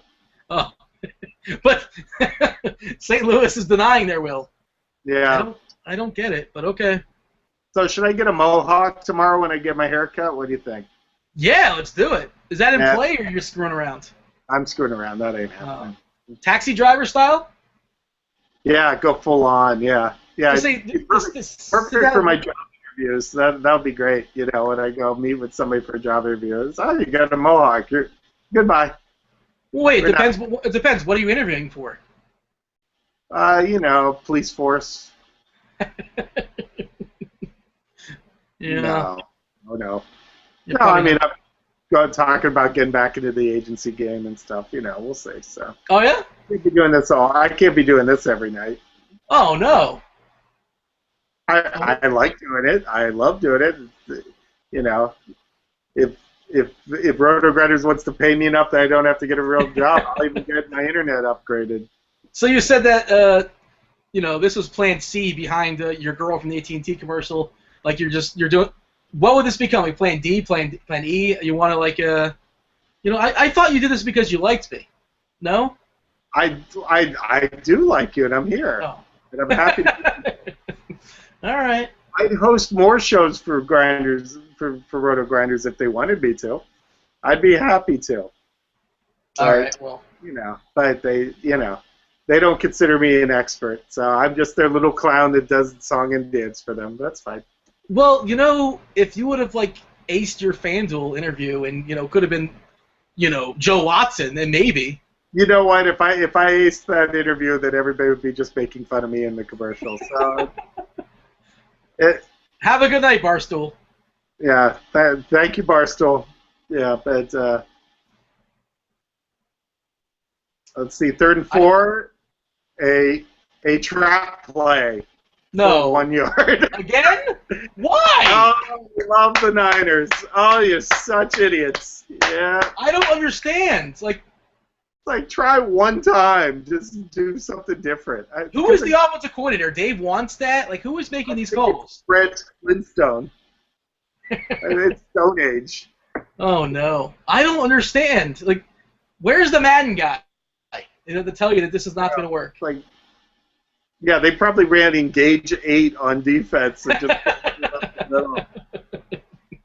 Oh, wait, they're stacking the box? I didn't see that coming. Austin's back there. Austin could run one back. My guess is they kick it to the end zone. Austin, he was a lot of fun in college, but he's been a disappointment in the pros. Yeah, let the clock run down. Yeah, okay. I know. They got that right, at least. Team using a top 10 pick on a 5'9" guy, 5'9" receiver, and they wonder why it doesn't work. I know. It's yes, Brad, we're still here. We're getting a little woozy at this point. Once we're about 3 hours in, we get a little tipsy, even if we're not drinking. I know, yeah. We're just logy now. It's I ate an entire bag of Cheetos. Did you really? No, I didn't. I just was saying. What kind of tattoo does Pettis have in the back of his neck? Do you see that? Looked like the Anaheim Ducks logo or something like that. Maybe I'm just looking at it weird, or maybe the 3 hours are getting to me. It's possible. Okay, 91 yards, Austin Davis. I almost called him Austin Rivers. But when you can call a fair catch on your own 8-yard line, you got to do it. You got to do it. Yeah, I know. Why don't you just go for let the ball bounce out and take the chance? It's what are you doing? At this point, 8 or the 9 or the 1, it's not going to make a difference. The 20 is a difference. It's you can.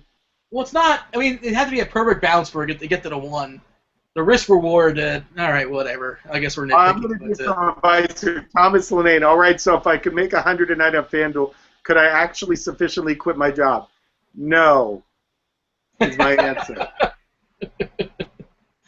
Well, I mean, how much do you make it your job? I mean, but yeah, if you're working, and no offense to the fine people that work at Walmart or whatever, if that's what it comes down to, perhaps. But number one, it's there's only a rare few that can live off their fantasy winnings.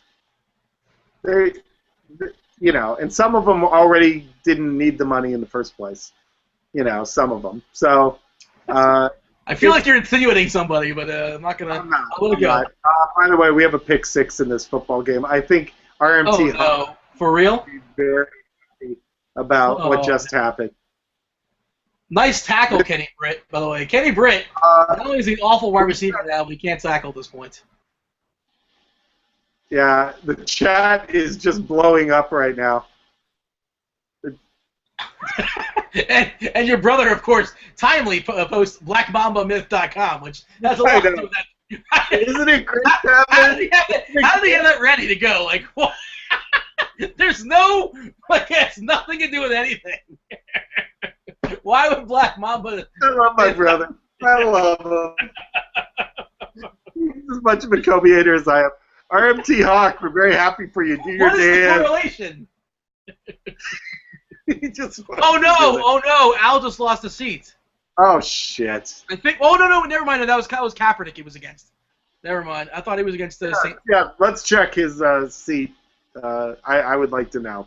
Yeah. I mean, that's like 7 points because that's 6 and the interception. So No, I think he's fine. Okay. I thought he was going against San Francisco defense because he was saying he there was wanted points. one team was San Francisco defense, but I don't I know. guess he fell, That might I have. think he fell back. I suppose. I don't know. Oh, my brother. Oh, my ducks. Thanks so much for BlackMamaMyth.com. Yes, it's wonderful. It's funny on Twitter. The guy's only got like 7 followers, and I'm one of the 7 on Black Mamba Myth. You're gonna be able to tell your kids like in 20 years.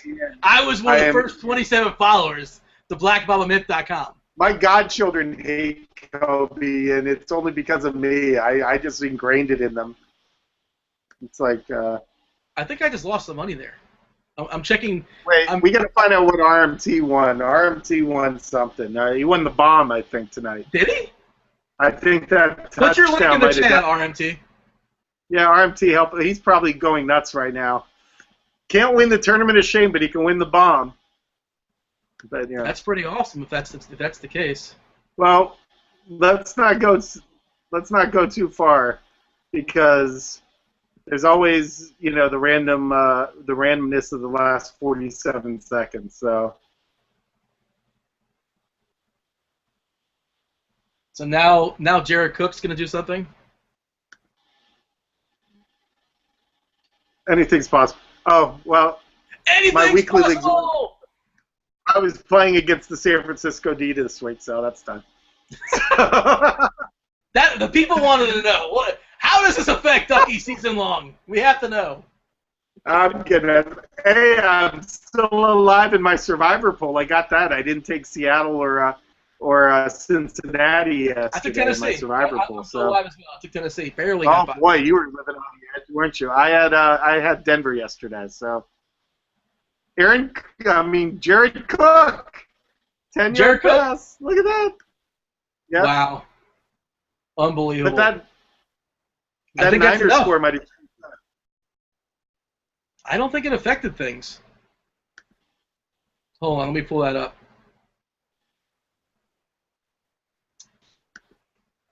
I think he just moved up with that. I'm sure it gave him like Austin Davis trying to get as many cheap points as possible right now. Yeah. Oh, we had a huge pick 5 according to the chat board. So pick 5. It was a typo. Oh.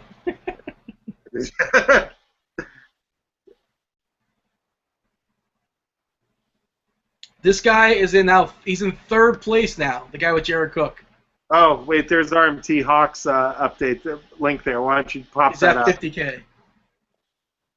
RMT Hawk 150K? Or you mean the other? No, this guy, I'll put the RMT Hawk link in the chat as well.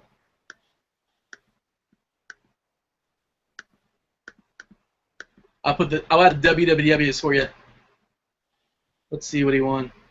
He's in 3rd place in the Sunday NFL bomb. I think it's the primetime bomb. But still, that's pretty solid. 3K. No, and Zach Stacy has had a 15-yard play. 3K's good. I'd take 3K right now. I'd be happy with it. I'd be like, thank you very much. Nice job, Hawk. 4 seconds to go. Look, if Jared Cook catches like a 40-yard, well, where are they at? Nah, a 35-yard pass. He would get $1 million if he catches like a 20-yard pass. By the way, in overcoaching news again, Jim Harbaugh called a timeout. That's awesome. That in a 14-point game. Oh, that's Jim great. Harbaugh, you're a douche. You are a douche. Oh, that is beautiful. I love it. I know. It's just like, next Monday night we get Texans Steelers. Dear God. Yeah, if that's not, if that doesn't sell it enough. I mean, we're okay, I guess, but Texans Steelers and us? Come on. Yeah, I know. I'm there. Win, win, win. Oh, and now they're calling a 6-man blitz on. So they're being complete. What did Harbaugh have money on the spread or something? Was the over-under in effect, and Harbaugh had the money on it? It already went over. I assume it went over well. 48. 48 is well over. Yeah, 48's well over. But all right. So congratulations to Jake Quab, 76, 229 points. This guy, Tid Nuts, by the way, that's the guy you were talking about. I'm like, Tid Nuts. Tid Nuts. Tid Nuts. He's going to take down third. Tid Nuts. Tid Nuts in the house. His friends call him T-Nuts. My brother must be behind the show. He's doing Austin P jokes. Fly is open. Because they used to have a guy named Fly on the team, so it'd be Fly is open. Let's go P. There's a guy in Austin P named Fly. There used to be. This is an old joke. That was back in the Dick Vitale days. Yeah, back when Dick Vitale was coherent. Yeah. Yeah. That's so ago. Colin Kaepernick finally put up the night I've been expecting from him the last 4 weeks. So thanks, Colin. I hate you. Congratulations, everybody took down what they took down. Hawk, nicely done. I believe Smizzle held on for his ticket. I'm fairly certain of that. Congrats, Smiz. If you have, I'd be happy to share a room in Atlantis. If you want to give me a couch, I'll take it. Yeah, how does that work? Because he's already been qualified once, so now he has 2 qualifiers. He's got to get 2+1s, right? He might. I assume he'll take his family. Well, just say Duckie. Can't hurt to throw your name in the hat and say, listen. No, actually, we talked about this before because when he went last time, I was like, he wants a room to himself. He has 2 kids. He has 2. Well, sure, yeah. Kids. A week where he gets a room to himself. It's like he doesn't need more friends there. He's got friends there at the trip. There's always some people, so he doesn't need me in his room at that point. It's just unnecessary. So I get it. Do you have a? Well, I guess you don't get an extra. But okay, but if you have 2 tickets, you should get 2 rooms, shouldn't you? I don't know how that works, but I would imagine. I don't think they do it that way. I think they just, I don't. I'm wrong, but I don't think that's how they do it. I could be wrong too. I have no idea. I'm just trying to. Do you have a Hawaiian shirt on the ready just in case? Oh, I'm always prepared for leisure wear. Don't worry about that. If leisure wear is needed, I'm ready. I'll wear a lime green polyester jumpsuit. It'd be, with the big lapels. I'll go all out. I don't care. So, Sansa belt, baby. I could do it. Well, that wasn't a horrible game, except for the fact that the Niners just have a troglodyte offense. When I'm when sorry, they what was get that the word? lead. Troglodyte. I don't know. That's too big for me, I think. I think that word's too big for me. I'm just making shit up. So that's. Anything else you want to say for the road? Anything else in your mind? Anything else troubling you? You want to leave? You want to leave us with some more British accents? What do you have for us? Well, I didn't have anything to say tonight, but surely, if I had anything worth saying, I wouldn't be on this show. So. I gotta say, just so you know, there's some competition. I'm gonna give you a heads up. Ethan, your boy Ethan from DraftKings. I guess he doesn't go. He doesn't get an automatic ticket or something, but he's courting Smizzle on Twitter right now, saying, "Pretty please take me to Atlantis." So I don't know if that means that Ethan's not going. If he's just joking. But hey, you got to step your game up, man.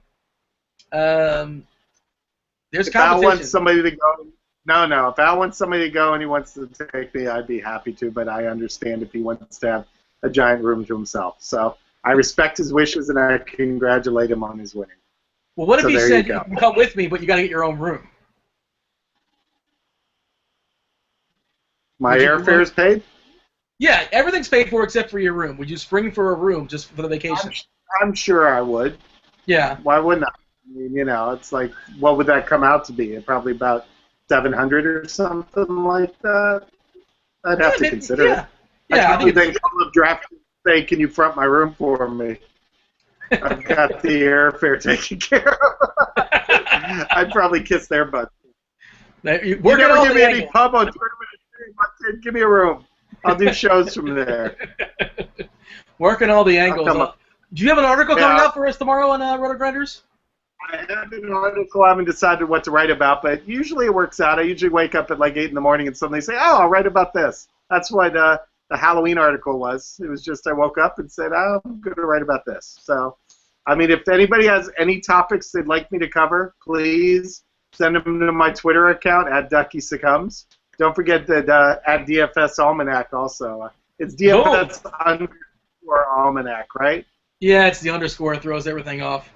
Yeah. By the way, your brother is already defending you, Kevin, on Twitter, so there you go. He's already told Ethan, hey, the line forms behind Duckie. So there is a bidding war right now for Smizzle's second seat.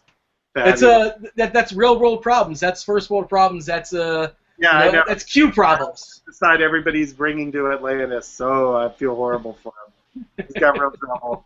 And he's going to put one of those comments like up on Twitter. Can't decide who to take to Atlantis. Everybody's going to be like, boo-hoo. So, yeah, the world's smallest violin is playing for him, apparently. Yeah, God bless him. But, yeah, it's like, congratulations to our newest millionaire in the fantasy world. Congratulations to Al. Congratulations to RMT Hawk for winning $3,000. You better get your dance video up this week. Yeah, now there's no excuses. He can buy a tripod if he needs to. Yeah, bird wings. I want your cold cuts, so to speak. Yeah, let's make that happen. Ice hole. We want your video. Stop dodging. Don't be one of those guys that dodges the tournament of shame. Don't be that guy, Isol. I know Isol, and he's not that guy. You know Isol? He's not that guy. Okay, you're saying Isol's not that guy. I'm trying to vouch for him because I'm trying to I can't go vouch for him, but I don't think Isol's that kind of guy. Okay, let's hope not. So there'll be a new article tomorrow morning. New shame coming on with it. Dean, you know when you're hosting this week? The show this week? I believe. I feel like I'll be hosting a show on Thursday with Al at 5:30, but I'm not 100% positive. And we just sort of just talk football and kind of go off the cuff and kind of break down the tournament strategy and prices and things who pop up and all those things. But I think the first show for football is on Wednesday, which is that's Brit, the 3 Bs, Beer Makers, Brit, and Bob's. That's Wednesday, and I would assume there's a hockey show tomorrow with Pepsi and Boggs. I'm guessing, but I feel pretty confident in saying that. So you can talk about all the Steven Stamkos you want tomorrow night. I don't know if Tampa's playing. Yeah, that football shows a titanic amount of testosterone right there, I gotta say. You got Brit, Boggs, and Beer Makers fan. That's testosterone right there. So, and then you got Pepsi and Boggs, which is a little less, but still good. It would be great to have RuPaul as a fourth person in the booth with Brit, Beer, and Boggs. Just completely throw things off. Harvey Firestein would be good. Brit, I really like your tight ends. So you got a Harvey Firestein in your back pocket as well. Look at you. I am multi-talented, so it's. He made an appearance on Saturday Night Live this week. I don't know if you caught that. I did see that. Yeah, I mean it was a funny episode. Bill Hader's Bill Hader. He's always. I like Bill Hader. Yeah, he's solid. Talented individual. So. All right. Well, for Dean, and Dan Bach, who was on the show, seems like 2 hours ago. It might have been. I'm Duckie Succumbs. We welcome you back next week. Let's try to get 100 people on the YouTube watch at the same time. Tell your friends. Tell your friends this is much better than Mike Tirico and John Gruden and Chris Berman. This is entertainment. So, good night, shalom, mahalo, peace out, and yes, and holler. And good night, everyone. Yes. I'll say it one more time. Holler.